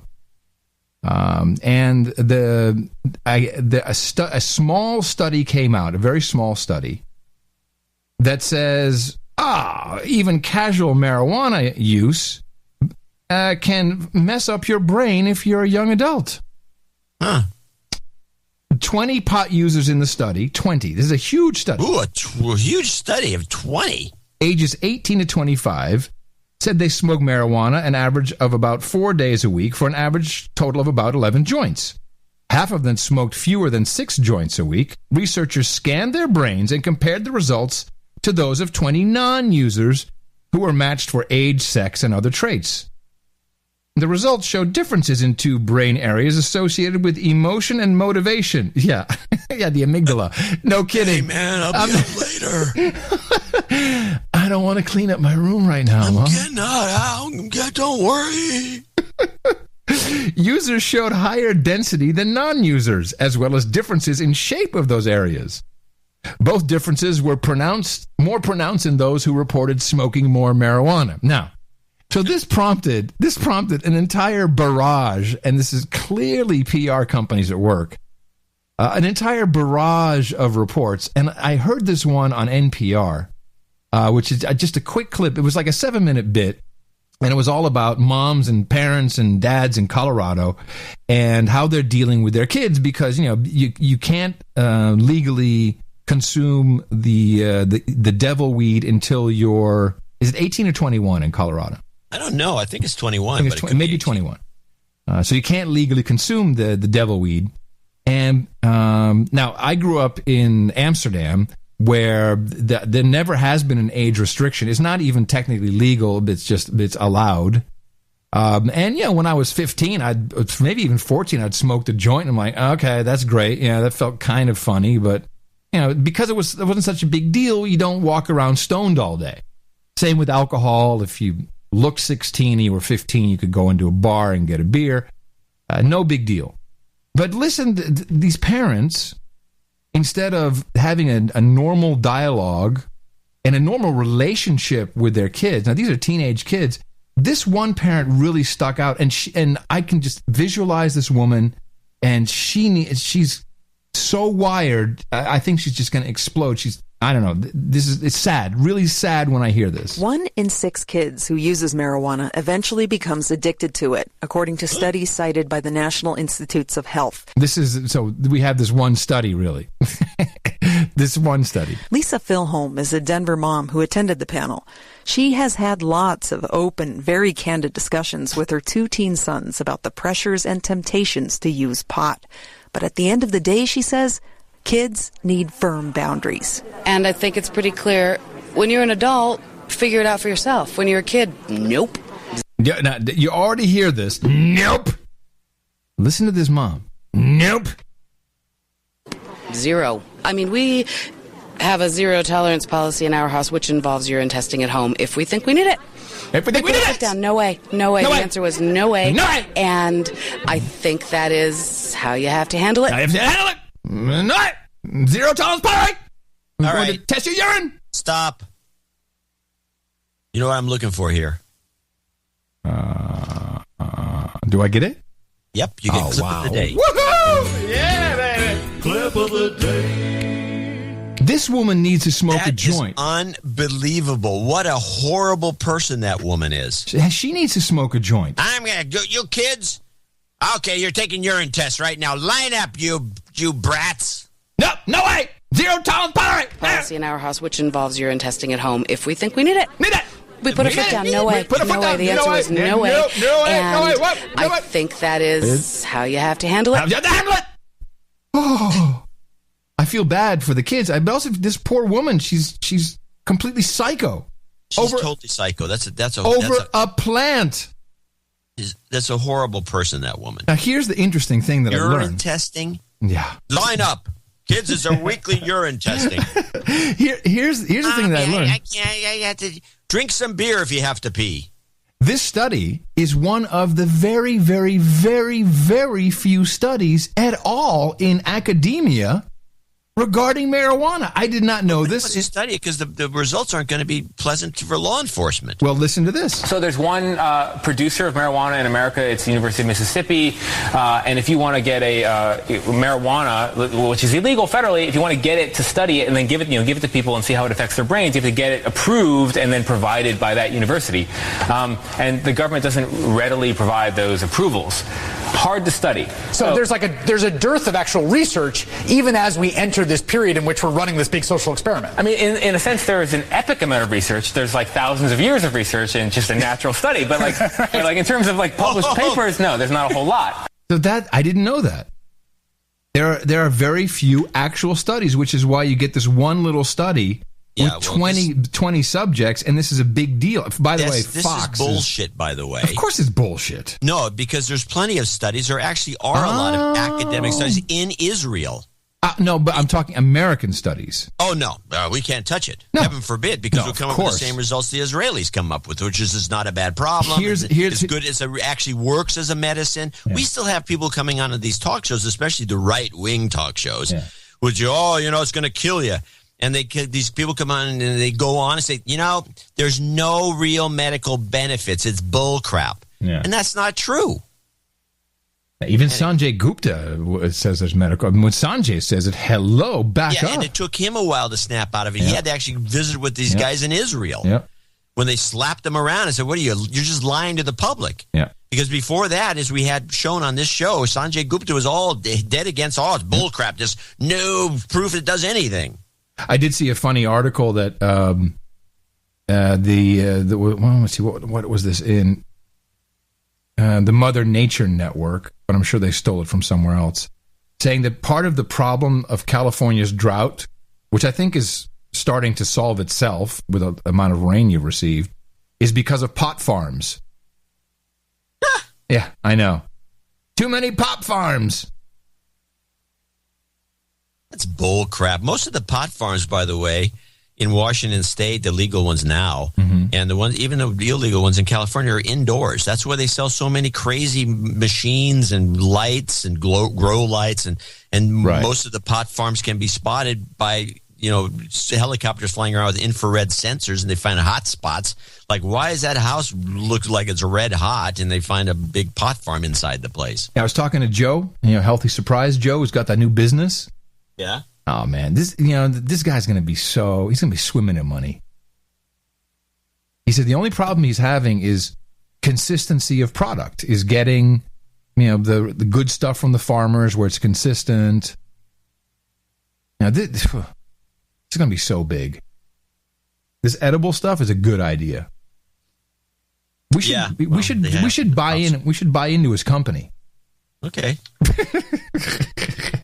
Yeah. Hey, I got $100. Says I can buy a share of your company. Commercial-free PBS, bringing you the finest in BBC programming, is made possible by Goldman Sachs. When you invest with Goldman Sachs, you invest with confidence. Have one of our confidence men handle your money today. TransCanada Pipelines, laying pipe up America's backyard. When you're this excited, it's hard not to spill some. The Prison Industrial Complex, committed to providing high-quality prison facilities for your children and your children's children. Pfizer Pharmaceuticals. For generations, the public has been taking Pfizer products, and for generations, Pfizer has been taking the public. The Ford Motor Company. Ford Motors. Discouraging public transit in cities across our great country. Monsanto. Genetically modifying Americans for over a century. And China. Manufacturing the finest in Sesame Street toys and Pledge Drive tote bags. Additional funding by the Rosalind P. Russell Foundation, who believe that culture should be free to everybody, if you're rich enough. The Rebecca and Erwin Gross Trust, dedicated to making sure their daughter Terry has a job. And from viewers like you, thank you. I'm going to show my support by donating to No Agenda. Imagine all the people who could do that. Oh yeah, that'd be fab. Yeah, on No Agenda in the morning. And we do have a few people to thank for show 609, and we do have 610 coming up. I want to remind people that we, even though it's a clip show, it still needs support. Justin Smith in Waniasa.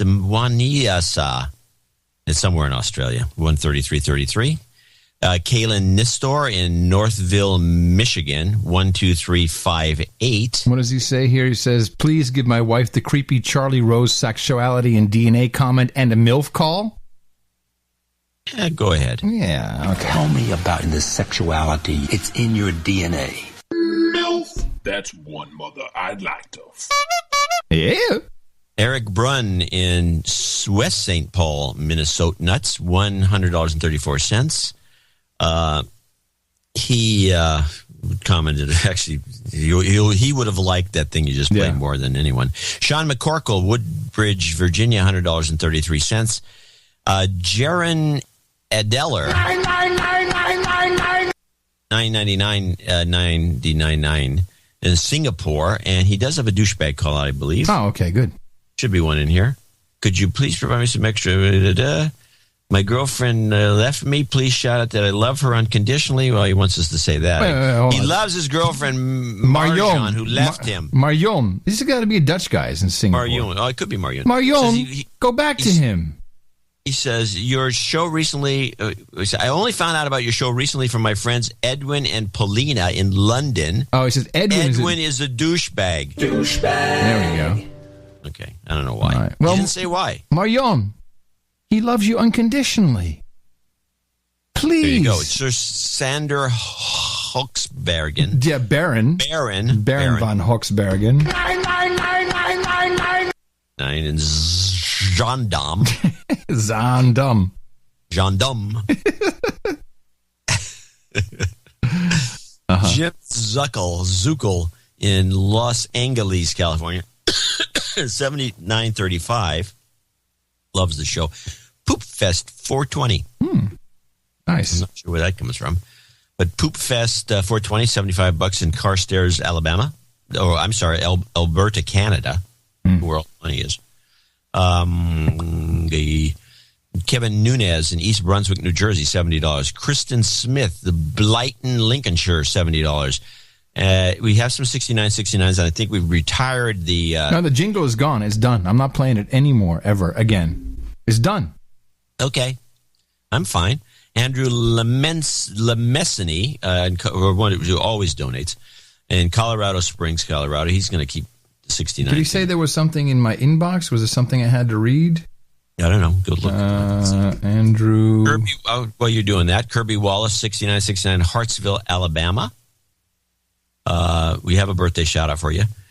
George Alvarez, in Council Bluffs, Iowa, which is 6969. Imad Ulad in Landgraaf, Holland, 6722. Sir Yono, Elder of Zion, 6666, and he's in Israel. We have I think we have 5 total in Israel. Hey, Lemessany sent me like a really, really, really long note.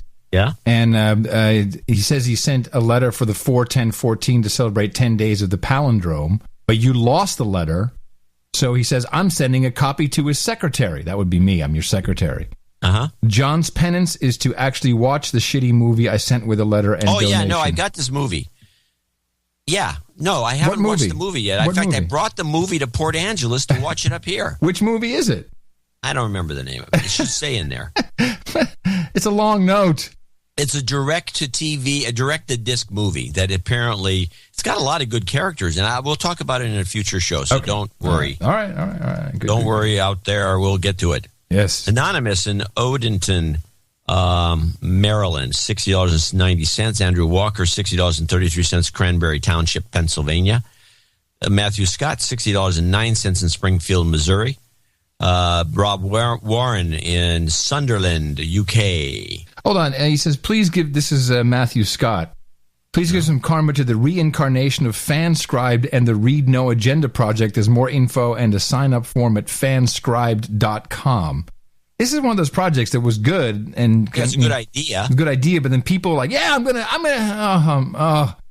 man, I took part in this study and I had some weed and I can't be bothered anymore. Yeah. By the way, Rob Warren says the $60 donations is from your request for a new donation amount of 6,000 cents. Yeah, thank you.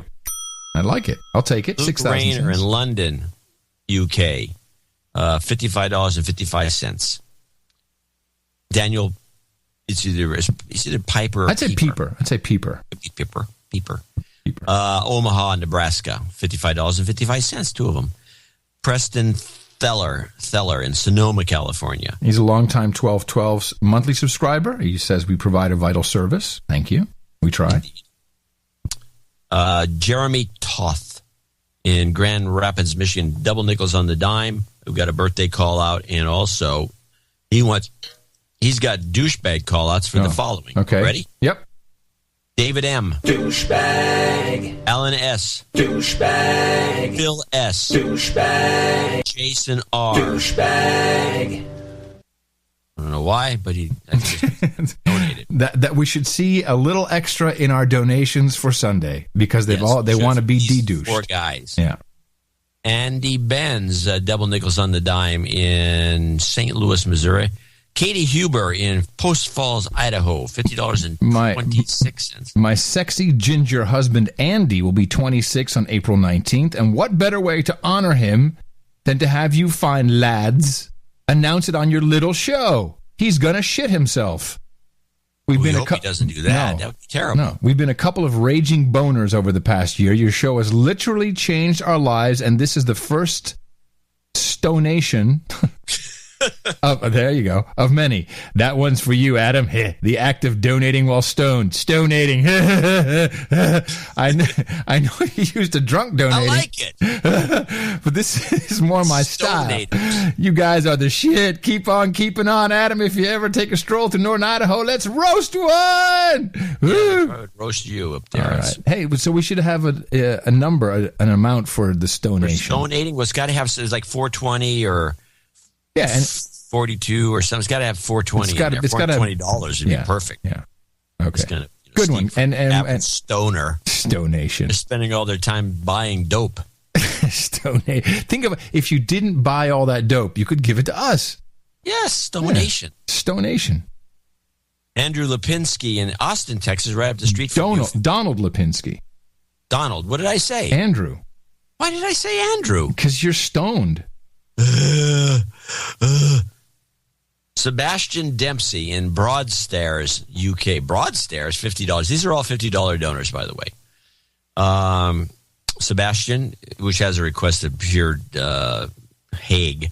Daryl, which we try to do. Daryl Zaremba, $50. These are all 50s. James Burke, $50 in Derbyshire, UK. Josh McDonald, Brunswick, Victoria, Australia. Robert Kruger, Las Wages, Nevada. Scott Largent in Pearland, Texas. Chris Slowinski, Sherwood Park, Alberta, where all the money is. Yep. Eric Grunwald. Groenewoud. South Africa. Okay, I'm not going to get that one. John Anderson in Youngsville, Louisiana. Mark Riley in Germantown, Maryland. And finally, Philip Meeson, as usual, in Poos or whatever they're supposed to pronounce it. I mispronounce it every time. I would like to, let's just, everyone needs a general karma. I'm actually going to make that a jobs karma, since that seems to be what most people need these days. And I'll do that Hague as requested. Intelligence work takes place within a strong legal framework. We operate under the rule of law and are accountable for it. In some countries, secret intelligence is used to control their people.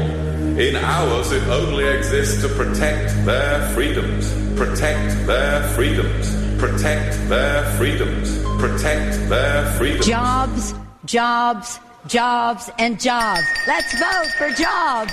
You've got karma. There we go, everybody. You know, somebody pointed out in one of the $42 donors, which is $42 is our amount for celebrate Easter, because it's on 4/20. It's the Hitler's birthday. Yes, that's true. Huh. Yeah. Oh, of course. It's true. I don't know what to say. Yeah, nothing to say. All right. We want to thank these folks and everyone else who's contributed lesser amounts to the show 609. And remind you that we got show 610 coming up on Sunday, which will be a special show. And go to Dvorak.org/NA, channeldvorak.com/NA, NoAgendaShow.com, and look for the donate button. Also, NoAgendaNation.com. There should be one there, too. Thank you very much. And also, again, thank you to our executive producers and associate executive producers. And yes, there will be a best of clip show with new content on Sunday. We would really appreciate you continue to support us as everybody else catches up and is au courant with their shows. Dvorak.org/NA.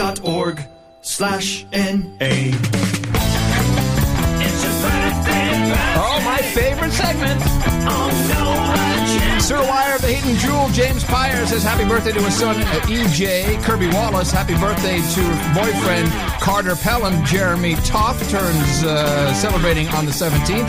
And Kathy Huber says happy birthday to her sexy ginger husband, Andy. He'll be 26 on April 19th. Happy birthday, and hope y'all get lucky from your buddies here at the best podcast in the universe. It's your birthday, yeah. Couple of nightings today, which is nice before we head into the Hitler birthday weekend.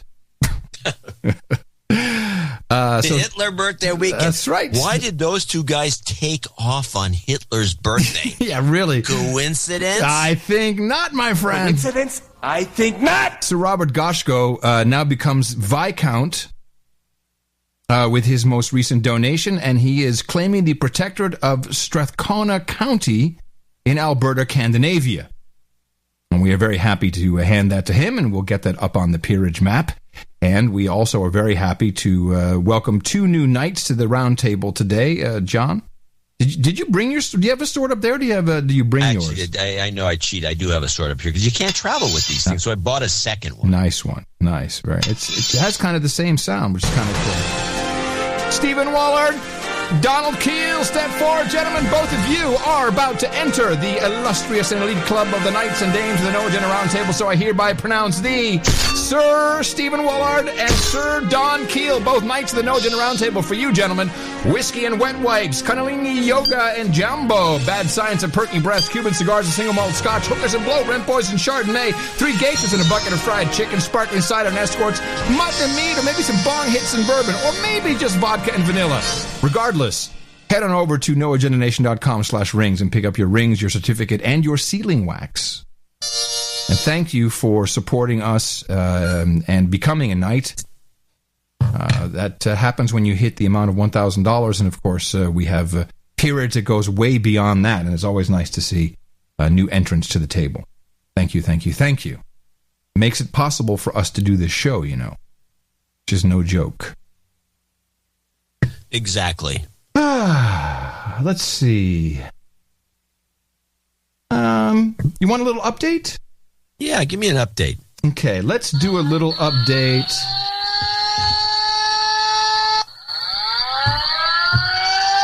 Attention all citizens. Attention all citizens. This is the command post. Carry on. I don't know what that was, John, but it sounded like something's going on. Here is an update as we check in with our actress, Miss Bajak. Miss Bajak, of course, is one of the families of the lost souls on flight MH370. And she was in Malaysia, now she's in Beijing, and she always liked to check in with Aaron Burnett and give us a little update on what's going on with the plane and how the Malaysians are really messing this up because, you know, she's not like an agent or anything or acting or anything or trying to set the stage or anything. When you and I spoke last, you talked about the plane being taken. That was the word you used, which really, you know, it's stuck in my head and a lot of our viewers' heads. What are the other scenarios you think that they should be looking for? Well, I do still believe the plane was taken. This is leading the witness. So please, what other scenarios should we be looking for? Please let us know what you think. And she, of course, goes right into, well, you know... what are the other scenarios you think that they should be looking for? Well, I do still believe the plane was taken. I do still believe. I love that. That language is great. There's enough evidence of it having been flown to support that. But even if it was a ghost plane or zombie plane, even if there had been a catastrophic failure and the flight rebooted itself. Now this is where, and I'm all for zombie planes, and I do believe someone took it. But you've got to be a little careful with me when you talk about the flight rebooting. You know, I have to put my foot down. You know, zero tolerance policy on bullcrap like this. Like any computer would reboot itself. Like any computer would reboot itself. It happens all the time in aviation. The default behavior of that would have been to go 360 degrees, which would be due north. It wouldn't be to default to go south. So what? Yeah, so when your flight reboots, like any computer would do, the default behaviors go 360 degrees north and not south. This is the default behavior. What, she's a computer programmer now? So, you know, whether it was catastrophic failure or whether the plane was taken intentionally, we still believe that there are options that should be explored, and many of those options are actually over land. Well, the agency, of course. They're not over the sea. We just learned yesterday, Sarah, about a possible cell phone connection, and that's all we know at this point. We don't know whether there was a call or anything else, but a cell phone tower made contact with the co-pilot's cell phone. Well after the plane turned off course, well after the communications were turned off. Why do you think that information is just coming out now, given how central it could be? I don't know. It's amazing to me how much information is withheld by the Malaysian government and just kind of released in dribs and drabs. It's almost like it's enough to keep us from starving, like giving a sip of water to a dying man. Yes, I love the analogy she's got here.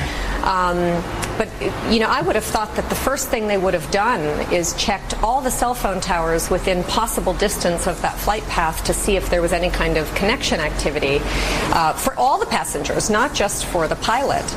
They clearly have everybody's cell phone numbers or could have easily garnered those.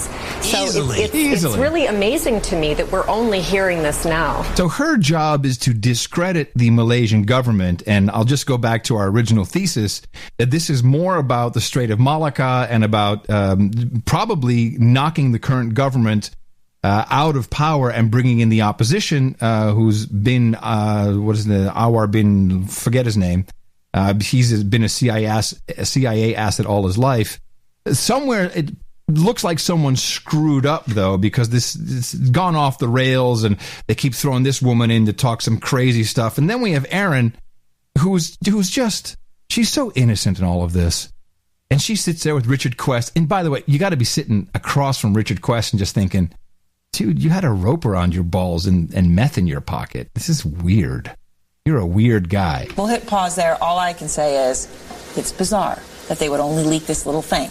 And U.S. officials are just confirming the one little thing. So do U.S. officials know more and are refusing to tell it? Or are they not being told more? Something stinks. Yes, something stinks, Aaron. Really? Something Richard Quest. Yes, something stinks. I don't trust it. Stinks. Yeah. No, they're still keeping those ratings. They can't be up to this. Oh, no. I have the ratings in the show notes because we keep tabs on this. They are still way up. CNN is doing double. They still have not knocked Fox out of the top spot, but they are close second in prime time. Except for Bill O'Reilly, but his audience is really a little. He's got the older demos, but the CNN numbers are almost triple what they were before the plane. Before we do believe the plane got flown away, rebooted and flew 360 degrees north. So it's clearly what people want. And hello, we add a little capsized ferry to the mix. This is fantastic. Yeah, this is big dough. It's beautiful. So did you know that Matt Taibbi has now gone to work for Pierre Omidyar? Yeah, we discussed it on the show, I believe. He hasn't published anything yet. Well, he's got a book out. No, he's not going to. I think they bought him. They decided to get rid of him. Right. Get him off the scene. He's going to be like another. Whoa, who? Yeah, he was very annoying to bankers and stuff. Trouble. Yeah. He was on Democracy Now! With a few things to say about his new book, and he went against HSBC. Did you know that? You know what HSBC stands for? Yes, the Hong Kong Singapore Bank, right. Something. Shanghai, yeah. Or is it could be Singapore. Yeah, it's a bunch of Chiners. Yeah, originally, and then they moved their shop to Europe to become a bunch of, So he was on there bitching and moaning about one thing or another. He did have one story. I have a bunch of clips of it, too, but there's one story. Now, this is the HSBC, where one of the board members from that bank is now running our FBI. Exactly. That doesn't tell you something. We don't forget these things easily, by the way. We like to keep track of this stuff. All right, so I played this HSBC story. Yeah, play that. But in the case of a company like HSBC, which admitted to laundering $850 million for a pair of Central and South American drug cartels, somebody has to go to jail in that case. If you're going to put people in jail for having a joint in their pocket or for slinging dime bags on the corner in a city street, you cannot let people who laundered $800 million for the worst drug offenders in the world walk. Wait, this can't be a parenthetical. Explain what you're talking about with HSBC. So HSBC, again, this is one of the world's largest banks. It's Europe's largest bank, and a few years ago they got caught, swept up for a variety of offenses, money laundering offenses, but one of them involved admitting that they had laundered $850 million for two drug cartels, one in Mexico and one in South America, and including the notorious Sinaloa drug cartel in Mexico that is suspected in thousands of murders. And in that case, they paid a fine. They paid a $1.9 billion fine, and some of the executives had to defer their bonuses for a period of 5 years. Not give them up, defer them. But there were no individual consequences for any of the executives. Nobody had to pull money out of their own pockets for permanently, and nobody did a single day in jail in that case. And that, to me, was an incredibly striking case. I ran that very day to the courthouse here in New York, and I asked around to the public defenders, what's the dumbest drug case you had today? And I found somebody who had been thrown in Rikers for 47 days for having a joint in his pocket. Is that even illegal? No, in New York City, actually, it's not illegal to carry a joint around in your pocket. It was decriminalized way back in the late 70s, but what part of the now past stop and frisk, what they do is they would stop you and then they would search you and force you to empty your pockets. When you empty your pockets, now it's no longer concealed, and now it's illegal again. So they had in that year, they had 50,000 marijuana arrests, even though having marijuana was technically decriminalized at the time. Well, I think we should hire this guy to shut him up. He's making way too much sense. And here's the other story he told. He was on for quite a while, but now the problem is you're going to have trouble finding this clip because as a touch typist, if you're off a little bit on a foreign keyboard, You get this, instead of Taibbi, it says yay, oni, whatever. Yeah, okay. I don't know how I got traffic right. You want me to play this? Yeah, play this. A 35-year-old African-American man, a bus driver, and I asked him what he was there for, and he told me that he had been arrested for, quote-unquote, obstructing pedestrian traffic. And I thought he was kidding. I didn't know what that meant, and I asked him to show me his summons, and he pulled out a little piece of pink paper, and there it was. It was written, obstructing pedestrian traffic, which it turns out it meant that he was standing in front of his own house at 1 o'clock in the morning, and the police just didn't like the way he looked and arrested him. And this is part of the disorderly conduct statute here in New York, but this is one of these offenses that people get roped in for. It's part of what a city councilman in another city called an epidemic of false arrest. Basically, these new stats-based police strategies, the whole idea is to rope in as many people as you can, see how many of them have guns or warrants, and then basically throw back the innocent ones. But the problem is they don't throw back everybody. They end up swooping up a lot of innocent people and charging them with really pointless crimes. There's a very comic scene where then he goes to court and he has a hard time convincing his public defender why he doesn't want to pay a fine for standing in front of his home. Yeah, and this is something that I encountered over and over and over again, is that people who are charged with these minor sort of harassing offenses, when the state discovers that the case against them is not very good, they start offering deals to the accused. And when people protest that I'm not going to plead because I didn't do anything wrong, they keep offering better and better and better deals, and no one can understand why they won't plead guilty. It's really sad that he's left Rolling Stone magazine, because that was a good outlet for Taibbi stuff, and now he's going to this hokey WordPress blog people. Did you see the post from the editor, John Cook? The one where he says no whites? No, that was a job opening. No, this is on this Glenn Greenwald. So they hired an editor, which Greenwald really needs, and they hired John Cook, who did he come from Gawker, right? And he does on the 14th, Passover greetings from the editor. I guess he's a Jew. And he says, hello, my name is John Cook, and as 3 weeks ago I became the editor-in-chief of The Intercept. Since then, we haven't published much material on the site, and that's been on purpose. I'd like to take a moment to catch interested readers up on where we are and what you can expect from us over the coming weeks and months. But here we are, yeah. Well, essentially, he says, you're not going to get anything from us. He says the decision to begin publishing was based on commitments to continue the work of reporting, blah, blah, blah, which, because Greenwald, of course, spilled the beans himself. So wait, before he said that, by the way, the post, this was on April 14th. The post before that was April 4th. So for 10 whole days with this huge staff, they couldn't even post anything. No. And at this point, this outfit is rudderless. And if you read the comments, people are just incensed because, Edward Snowden, if you believe everything Glenn Greenwald himself has said, literally chose the chosen ones of him and Laura and I guess Barton, but him and Laura, to publish this information. And now they're just taking their time. And this information doesn't belong to Glenn Greenwald or Laura Poitras. It's America's information. It's also my information. And so now they're just, we're until we have completed the work of getting staffed up and conceptually prepared. How many people do they need? Let me read this to you. Until we have completed the work of getting staffed up and conceptually prepared for the launch of a full-bore news operation that will be producing a steady stream of shit-kicking stories, The Intercept will be narrowly focusing on one thing and one thing only: reporting out stories from the NSA archive as quickly and responsibly as is practicable. But you haven't really done that for a month, at least. They need to staff up to get shit-kicking stories?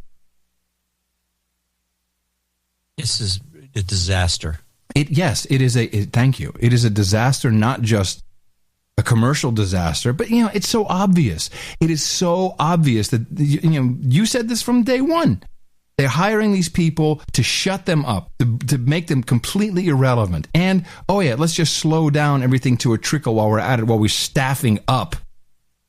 You get like a whole staff. Let's see, staff. How many people staff do we have? 1, 2, John Cook, Ryan Dever, 1, 2, 3, 4, 5, 6, 7, 8, 9, 10, 11, 12, 13, 14, 15, 16. And these are just the star names. They've got to have interns and all kinds of stuff. They even got a black guy, Andrew Gerald Jones. Who's he? I don't know. Andrew Jones is a Brooklyn-based journalist and commentator covering cultural affairs, civil rights. His work has been published at MSNBC, Talking Points Memo, The Raw Story, and The Grio. He's also made media appearances on RT Network and Huffington Post's HuffPost Live. And this isn't the whole staff, because it is. It's got everyone. But he's going to be doing a lot of work, this Andrew Jones. They're going to make him work. I can tell you right now. Black guy. God. Thanks, John. Yes. No, that's what I'm not saying it as a positive thing. Is they can make this poor one guy work. You just know he's going to do it. This is a racist operation. The guy Cook, and I can't find it anymore. I luckily saved Paige Jazz, and I'll bring it up on the next show. No, we have it. Said no whites, no men, no more men, no more whites, no more men. No whites. Yeah. Even though he's got, and somebody called me on it. Hey, it's because he's trying to get diversity. Somebody on Twitter. Oh yeah, that's what we need, diversity. Since the technology reporting world is so poor, and by the way, you were expected on Twit, and you didn't.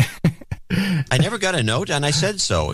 Chad never sent me a note. I always confirm. They don't have a confirmation from me. It was just funny. I literally asked you after the show on Sunday, "Hey, are you on Twit?" No. But you said, and sometimes I can hear the way you say stuff. You can't. You got to get up earlier to fool me. I think you knew that there was something that they might want you, but you hadn't confirmed because you didn't feel like it. I never got a note to confirm. It doesn't matter. If I got a note and I didn't confirm, that's one thing, but I never got a note to confirm. I just love hearing, Dvorak is late. That's my favorite. I'm like, pfft. Yeah, well, next time I'm on the show, they're going to hear about it. Okay, couple things.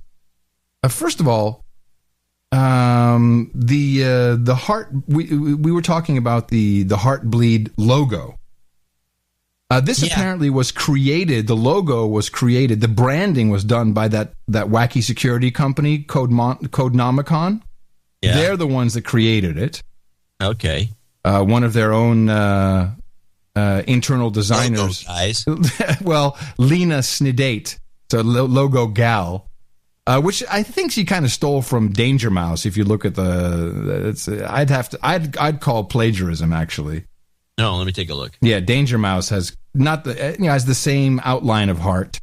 So I'd say bullcrap. But also for them to brand this so quickly, this is the future. This is the future of bugs. They're all going to have a brand. They're all going to have a web page. They're all going to have a logo. And there's all reasoning behind it. Oh, you're talking about, there's a logo on Danger Mouse. If you go to dangermousesite.com, that says Rome, and it's the same thing. Mm-hmm. It's not even close to be, and it drips right in front of you, and it's got the same sub-drip. Yeah, so they stole it from Danger Mouse. Yeah, nice. This is Danger Mouse's thing. And, of course, that whole outfit is sketchy to start with, that they conveniently and coincidentally discovered the same bug on the same day as the CIA and Google researcher. Yeah. Coincidence? Mm-hmm. Then that was weird. This bug that I apparently incorrectly said, of course you can track this. I got a barrage of people saying, nope, this is untrackable, leaves no log notes, no nothing. So I'm interested how Canadian police were able to arrest this kid, 19-year-old man, in the theft of 900 Canadian taxpayers' data sheets, which was made vulnerable by the Heartbleed bug. If they can't track it, how did they find him? You're asking me. Yeah. Well, because something stinks with this. Yeah. Well, most of these things stink. Mhm. That's the problem. Yeah. Talking about stuff that stinks. So up here, Mimi's moaning and groaning about the vaxxers. They're called vaxxers, and everyone complains about the vaccine people are called vaxxers. Yeah.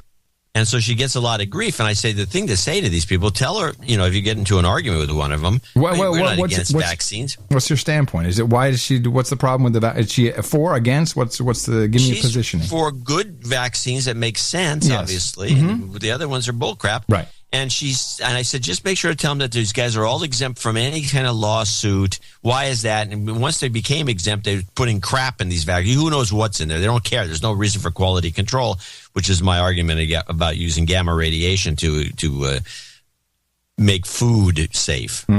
Because you'll be eating dog shit. Literally. Yeah. Oh, it's gamma radiation. Who gives a crap? So meanwhile, I run into this. There's a bunch of, I didn't only got one clip, but I've been running into this. There's a public relations campaign going on right now because she was listening to talk radio, and what she got irked about was the people saying, well, the only way to fix this is have a law. Let's have a law that requires everybody to be vaccinated so they can't complain. And so there's a propaganda campaign going on as we speak to promote vaccination and then to promote a law. So they can come pounding on the door until you get to take the shot, take the HPV shot. Is there a clip for this? I do have a clip. I have one of the examples of propaganda from network television, ABC. Mm-hmm. And this is the chickenpox propaganda piece that was just scripted to death. The vast majority of doctors agree that vaccinating children against certain illnesses is the best way to protect them. But there are still a number of parents who refuse vaccinations for their kids. And now there are some going as far as buying chickenpox lollipops as a sort of natural vaccination and throwing so-called pox parties. Joining us now to discuss the dangers of all this is pediatrician and contributor to BabyCenter.com, Dr. Ilana Levine. Dr. Levine, thank you so much for joining us. I can't believe that parents are doing this. What is the thinking behind having your child lick a chickenpoxed lollipop? I know, it sounds crazy to me too. I mean, in the old school pre-vaccine era, people used to throw chickenpox parties.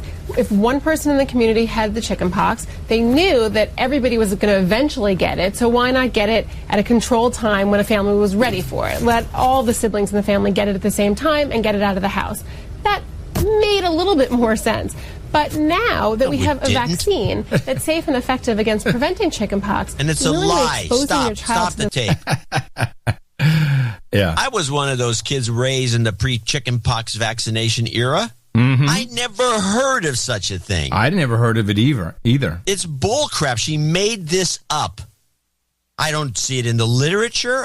Never heard of it myself. Didn't experience it. What you mean of the chickenpox parties?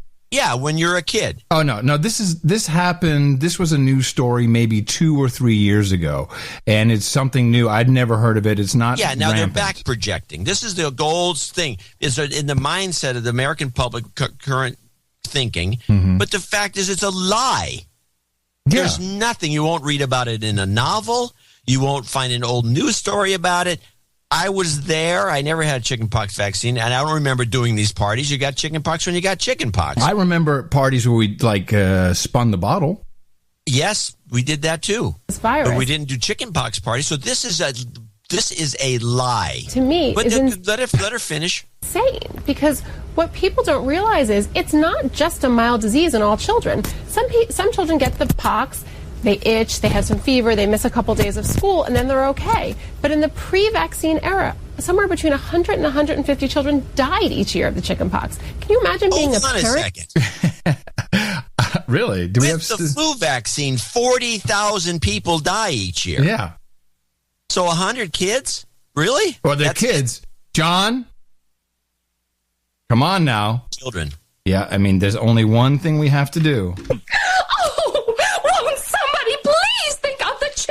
That's how you sell something. Who willingly exposes their child to that type of situation? And that's what these chickenpox lollipops are, right? Right, so the idea behind them, and thankfully those websites... Who is this woman? Where is she from again?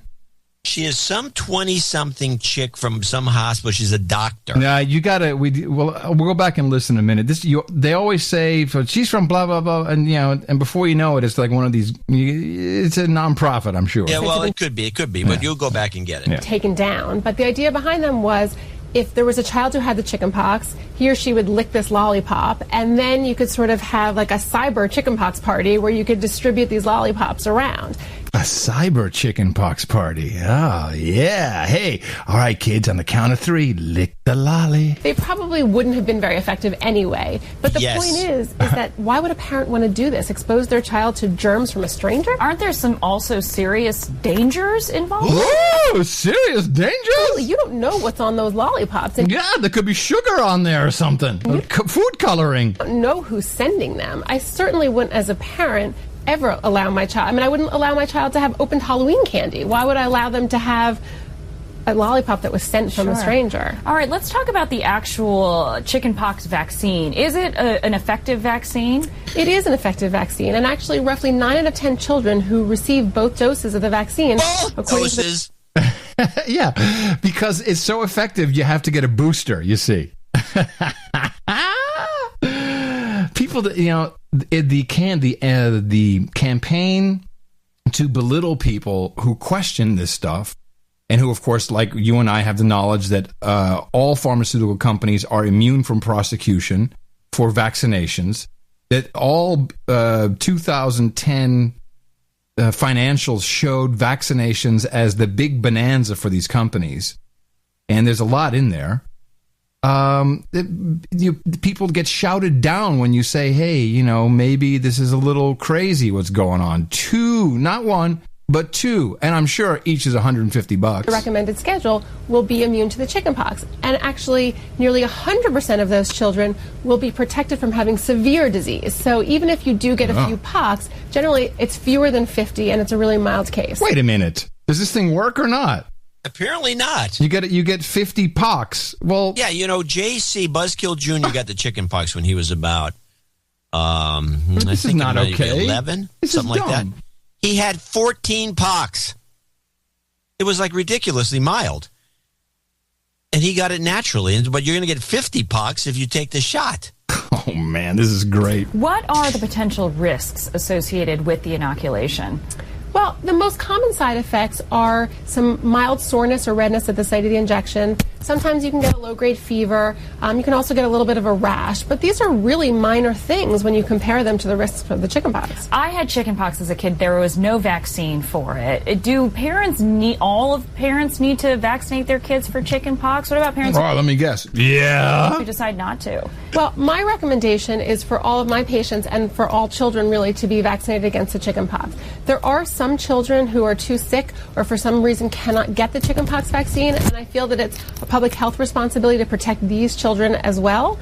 So I recommend the universal chickenpox vaccine for anyone who's eligible. They're dangerous to the whole population for a few parents that decide to abstain? That's exactly right. I mean, if you have a pregnant woman in a grocery store who's not immune and you bring your child with you to the grocery store and your child has the chickenpox, well, then you've now just affected this mother and her unborn child. And your child has just killed a little baby, an unborn child. Some really important considerations, Dr. Ilana Levine. Thank you so much. Oh, it's a pleasure. I got to tell you, have you seen any of these vaccination schedules for the kids these days? Oh, they're just like a laundry list. Yeah, and it's you're 3 months, you get all this, and it's your mumps, rubella. No, it's measles. unbelievable how big these lists are. Where they used to be just, about 5 really bad things. Diphtheria. Okay, I'll take that shot. But now it's just, it's just like everything under the sun, and HPV is thrown in there too all the time. 2 shots for HPV. No, but then the thing that is upsetting is whenever you say anything about this, you're shouted down. And there was an article. Oh, you're a vaxxer. You're one of those. You don't believe in vaccines. I read this. Where was this? There was I think it was the New York Times. I'm trying to find it now. It says that smarter people are more trusting. And this is very interesting from the Obama bot perspective. That the higher your IQ, the more likely you are to trust what the government has to tell you. Where did this come from? Yeah, I'm trying to find it right now. That's a beauty. I think it was New York Times. I know. But it could be bullshit too. I mean, it could be a propaganda thing where you say, okay, let's tell all the smart people that, or if somebody's an Obama bot, let's tell them they're smart. You're smart to believe the government. Let me see. I like the idea of telling people they're smart for believing the government. And I think just the word smart by itself is a really good one. That's smart of you. Yeah. And I remember we used to have a woman on our, here it is.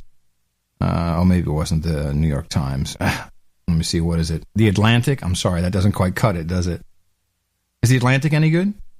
Well, it's an intellectual. It's a lefty operation. Let's see what it says here. It's a real study from Noah Carl and Francesco Biliari at the University of Oxford.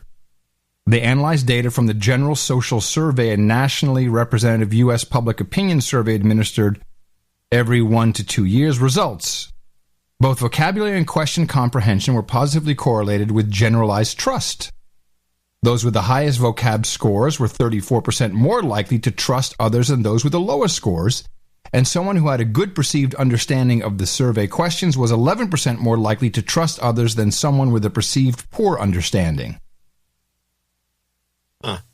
So, headline study, smarter people are more trusting. Yeah, there you go. Well, it makes a lot of sense. But when you actually look into it, and it's, I don't know, it's like the professor. The professor, he tweeted a thing or put it on Facebook, and it was this link to this. I think I showed it to you once after the show. It's like, do vaccines cause autism.com or something like that? Yeah. And then it goes to a page that, they fucking don't, you stupid moron, or something like that. Oh, yeah, right. That was just lame. Yeah, but, it's this kind of behavior that, and of course, these are people who are childless by choice, which makes it even that more really disgusting. Because when you have a child, and you have to fight your school not letting your kids in because they don't have their vaccinations, the sports club, the swimming pool, any of this stuff. And then you look at the list, it's crazy. If I was a doctor, and we should have doctors that do stuff like they do for the medical marijuana. Like, you got a shot. Yeah, I'll sign off on that. Yeah, I gave it to him. Polio? Sure. What else is necessary, Dr. Dvorak? Diphtheria? Absolutely. What is diphtheria? That's some pooping disease. It's a horrible disease. Yes. I would say, I think the whooping cough thing is probably a plus. Pertussis? Is that what that pertussis? Yeah, pertussis. Mm-hmm. Measles, mumps. Mumps maybe, but then again, I'm not absolutely convinced of that. But mumps is bad if you get it as an adult, so maybe you should get the shot. Chicken pox, I don't. 2 shots, it doesn't make sense. Well, there is a full-on assault on children in general. And who is responsible, or what your role as a parent is. This was a piece. Tetanus is also good. Tetanus for kids. is also good. Yeah, but you can get tetanus. You don't want to get tetanus. No. So if you step on a rusty nail or something. Well, kids are always fooling around. Here, New York Times, Keith Robinson, Angel L. Harris. Parental involvement is overrated. Now, this is from the New York Times. I love these guys. Do you know these guys? I'm just saying, these people, they're probably childless too. That I don't know, but here it is. Most people asked whether parental involvement benefits children academically would say, of course it does. But evidence from our research suggests otherwise. In fact, most forms of parental involvement, like observing a child's class, contacting a school about a child's behavior, helping to decide a child's high school courses, or helping a child with homework, do not improve student achievement. In some cases, they actually hinder it. This is the thing that's I've noticed this. This is a meme that's cropping up in the Common Core argument. Mm-hmm. And the people who are teaching Common Core, the kids come home and say, Dad, I can't figure out what is this. Why don't I just add 2 + 3 to get 5? It's 5. I can do it on my fingers. I got 5 fingers. 1, 2, 1, 2, 3. Oh, it's 5. why do I have to use this line? I got to put circles around the numbers. What is all this? And they go, oh, geez, okay. And so the parents start to teach them, old-fashioned arithmetic. Mm-hmm. And then they go back to school, and they're good at it, but they can't do so you can get the answer. You got 111 plus 40, and they immediately know that it's 151. And they have to show it the way they did it. But they have to show it with a bunch of bull crap, and then they say, how come you didn't show it? You just put 151. Yeah, well, because that's what it is. Well, you got to show it. Where'd you get this idea? My dad taught me arithmetic. No. That can't be. No. And this brings us to Project Lead the Way. Oh, yes, John. Project Lead the Way, PLTW.org. Another fine nonprofit organization who brought in $13 million in the past year, have a total kitty of about $23 million. And this Project Lead the Way, they train teachers to lead the way in the Common Core with STEM and helping to make everything just right for our children. And I have a couple of clips here from Vince Bertram. Dr. Vince Bertram. Since his appointment in June 2011, Project Lead the Way has experienced record program growth of over 50% and flourished to serve the nation in more than 5,000 schools, reaching nearly 600,000 students annually. Under his leadership, more than 10,000 PLTW teachers have been trained. Sponsor and partner support of PLTW has increased. Now, I pulled these the Form 990 for this outfit. I hate nonprofits. It's gotten so bad where I don't even want to give money to. If you're a nonprofit, screw you. I hate you. So their total, what do they have? End of year, $23 million. Let's see what this nonprofit, let's just look at the salaries for a moment. Oh, yeah, okay. The chairman, Vince Bertram, he's the CEO. His annual salary is $355,000. A nonprofit organization. Right, plus expenses. Oh, of course.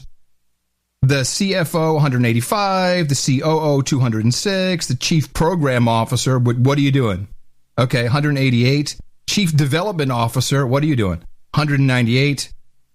Chief engagement officer, are you getting people engaged? 155. This is the way I see it, is a bribe organization. If you look at what they've done with their money, what they do is they just give grants to all of these institutions. So it's all about $10,000.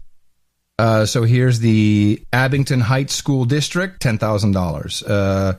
ACES Xavier Educational System in Appleton, Wisconsin, $10,000. Then we have the Anoke Hennepin School District in Minnesota, $166,000. They must have been a tough one to convince to get on the Common Core.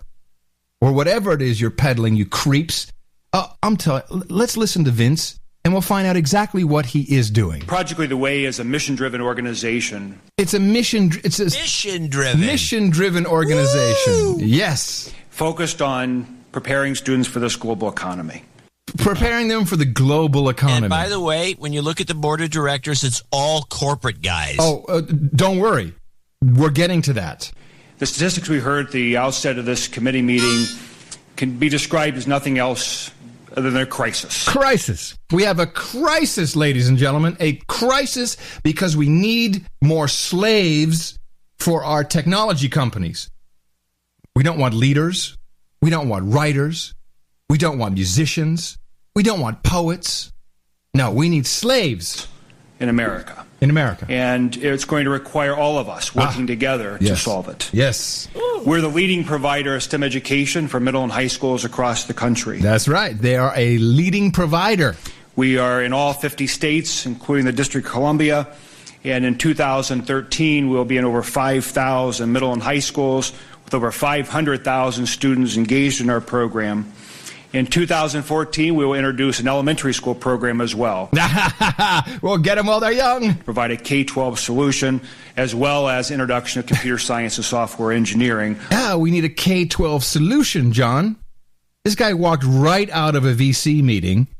Yes, we need a K-12 solution to get kids to learn how to program. Along with our engineering and biomedical science programs. Ah, yes, biomedical science. Yes. The thing about Project Lead the Way is, one, is it's scalable. Oh, it's scalable. Yes. Oh, fantastic. We start with a vision. What is this guy going to use? Oh, a lot. In upstate New York, and being in 12 schools. And today we're in over 5,000. 5,000, because it scales so well. And with last year, over 20% growth. We're also for all students. We're in all school types, from urban, suburban, public charter schools, private, parochial, small and large schools, rural, and as we do it all, well baby. As low income and affluent schools. Uh-huh. We're also a sustainable organization. A sustainable organization. They're green. One that is built on strength and operational excellence so that we can continue to advance this important mission across our nation. Oh, my goodness. I'm hard just thinking about it. But our program is built on 3 key pillars. Aha. One is providing world-class curriculum. Yes. That is Common engaging for students. It's standards-based. It's aligned with industry and post-secondary expectations. Aligned with industry and post-secondary expectations. What does that mean, John? Wow. Well, that means what it means. It means that they're all in bed with industry and they're producing what you said earlier, slaves. But what is post-secondary expectation? Well, that means you expect to go to college. Oh, okay. Well, okay. That is engaging for students. It's standards-based. It's aligned with industry and post-secondary expectations. It's project activity-based. Most importantly, we teach kids how to think critically, how to problem solve, and how to collaborate. The type of skills required in the workplace. So think critically is, of course, means no religion. You got to think critical about stuff like that. Now let's talk about these great partnerships, because Project Lead the Way, not only are they scalable, sustainable, and providing world-class educational standards-based tools and leadership secondary-based into the workplace slaves, they've got partners. No one is going to solve this problem alone. Aha, we need partners. And it's not going to be just in K-12 education or in higher education, but it's this seamless pipeline. A pipeline is what we need. We need a pipeline where the slaves come out of the uterus, and then we're right there putting them in the pipeline, pushing them through to our partners. So for us, some examples, such in California, where NextEd in Sacramento is really moving toward a statewide implementation of Project Lead the Way. We've grown from 5 schools in the mid-2000s, now we're 400 schools. But it's because not only NextEd's vision, but also companies like Intel, who's helping grow and sustain programs in California and across the nation. Thank you, Great Intel. Partner in Chevron, who's invested millions of dollars in Project Lead schools to provide this kind of opportunity for students. For the pipeline. Companies like Autodesk. At the same time, we have companies like Toyota. That's using Project Lead the Way, recruiting our students into their Advanced Manufacturing Technician program. The Advanced Manufacturing Technician program. Yeah, it's assembly line. It's assembly line. Screw on bolt, remove. New bolt, screw on bolt, remove. We had our first cohort that graduated in their AMT program in Georgetown, Kentucky last May. And all of our students did exceptionally well and now have opportunities to work for Toyota. Hey, going out into all their North American facilities, recruiting PLTW students into an Advanced Manufacturing Technician program. The Advanced let's just Google this for a second. Hold on. Let's just do this. Toyota Manufacturing Technician is a guy who pushes a button on a machine. Manufacturing Technician. Let's just see. I have not Googled this. But here we go. The AMT, the Toyota Advanced Manufacturing Technician Program. Let's see. What is the AMT program? Includes a 2-year degree in computer integrated manufacturing robotics. Students earn a wage while attending college and gain priceless work experience with a global manufacturing leader. Oh my goodness. This is great.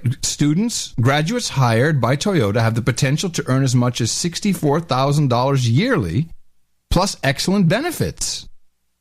The potential. Yeah, this is a 30-second clip here that they have. What is this? Indiana is the most manufacturing-intensive state per capita in the nation. It's high growth and high tech. But there's a skills gap. Indiana companies need skilled programmers of automated systems. You literally see some kids with a drill. Yeah, you'll be on the assembly line. That's what it means. That will allow our students to earn associate degrees and for some to go on to baccalaureate degrees. Oh, you might actually get a real degree. Okay. We also enjoy great support from the Aerospace Industries Association. Ah, yes. One program that is endorsed by AIA. But it's companies like Boeing that provide great support across the nation, and Rolls-Royce. And a great partner in Lockheed Martin. Companies are absolutely committed to this work. Yeah. To slaves. This is this what you said. I mean, this is not an unusual thing historically, but essentially what they're doing is they're taking the regular school educational system and turning it into technical education. Yeah. Which is tech education, which used to be vocational school. Yeah. They're essentially making everyone. So in other words, you're going to be uneducated largely. But you're going to be good. You'll be able to do some of these things that will give you a job in Toyota. But, of course, you won't learn any liberal stuff that would make you want to make a union there because it's ununionized in a free which is good or bad. Whatever the point is that you're just going to be some sort of a dummy with a vocational education, and you'll be working. You'll make a job. It's not a bad thing, but it seems as though they're taking and trying to make everybody into this. Like you said, no artists. Yeah, this is the problem. And no musicians. But the setup is so large, if you really step back, and I think we're uniquely qualified to be able to do that. If you step back and you look at the Common Core state standards, which are driving the STEM, really driving it very hard, and there's this, then you bring out these OECD bullcrap numbers that show, we suck so bad, China's kicking our ass, and it really turns out it's like a 1 percentage point difference, but they make the graph, they skew the graph. And by the way, everybody's country looks stupid in these results, except China. And then you have the military industrial educational complex literally working with the government, handing out student loans, which no one can repay unless, maybe you're in the AMT Toyota assembly line program. Because, when you get your first paycheck, that's when you start paying back your loan. It's a slave system. And I don't mind if people want to put their children into that. That's fine. We certainly need. It's up to them. Yeah, we certainly. But to say like they're going to shove it down everybody's throat. But to say we're going to have a skills gap, because everyone wants to be what? A lawyer? Is that? I mean, what is it exactly? No lawyers allowed. And why don't we just stop pretending that we all need to go to college then? It would be much easier. Well, it's nice to get them at least somewhat into college so you can gouge them with those student loans. Well, yeah. Then they're stuck. They're slaves for God knows how long, forever. It is kind of the definition of enslavement.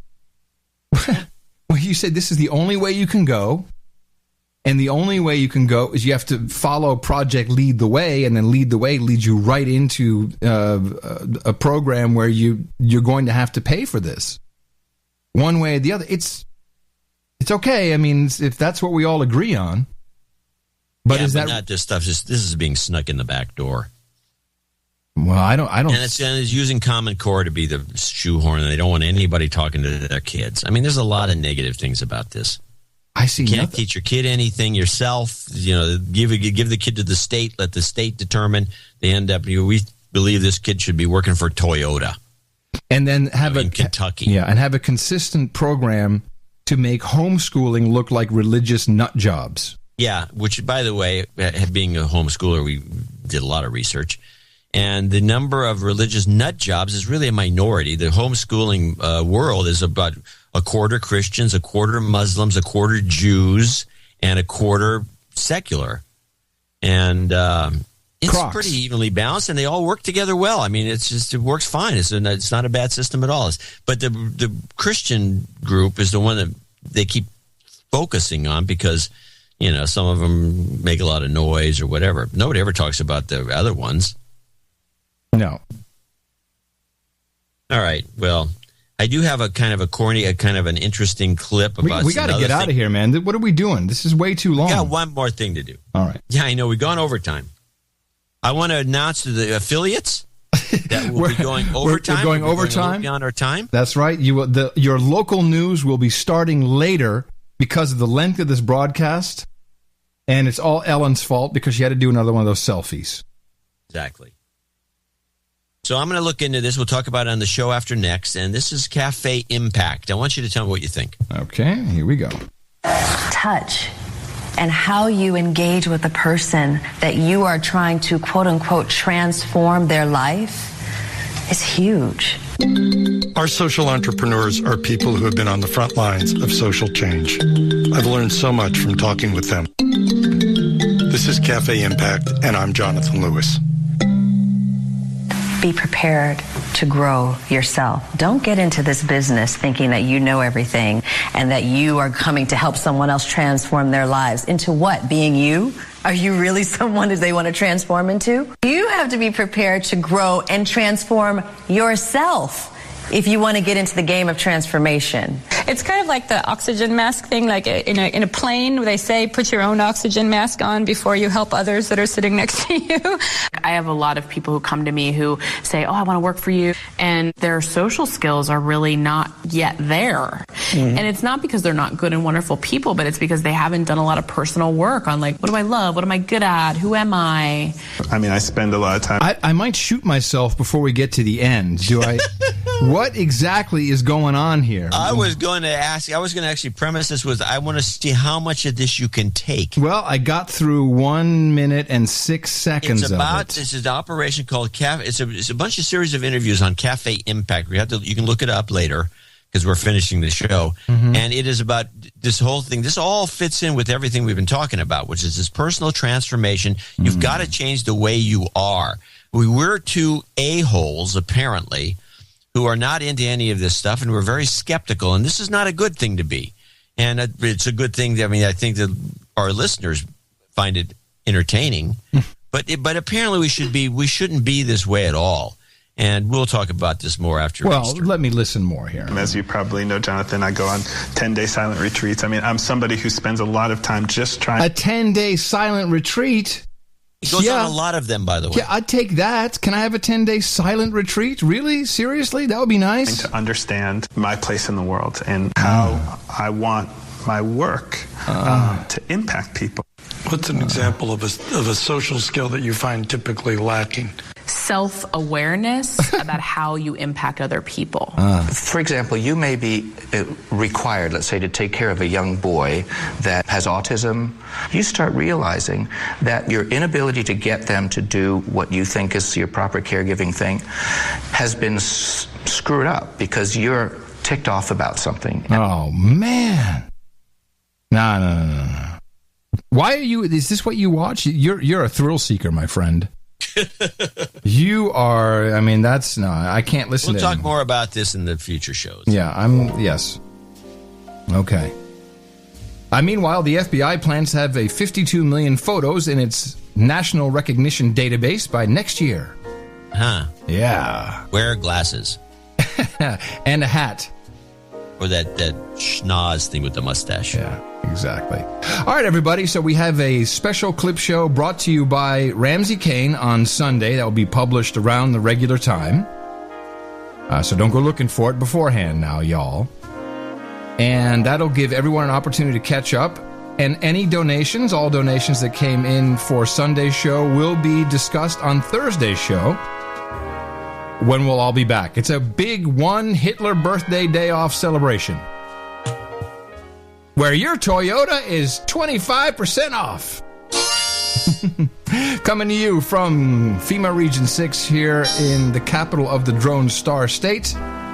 In the morning, everybody, I'm Adam Curry. I believe I'm still in FEMA Region 9 no matter where I go. Yeah. Anyway, I hope everyone paid their taxes. I think I said that already. I'm John C. Dvorak. We'll be back with our special clip show on Sunday and a brand new live show on Thursday, right here on No Agenda.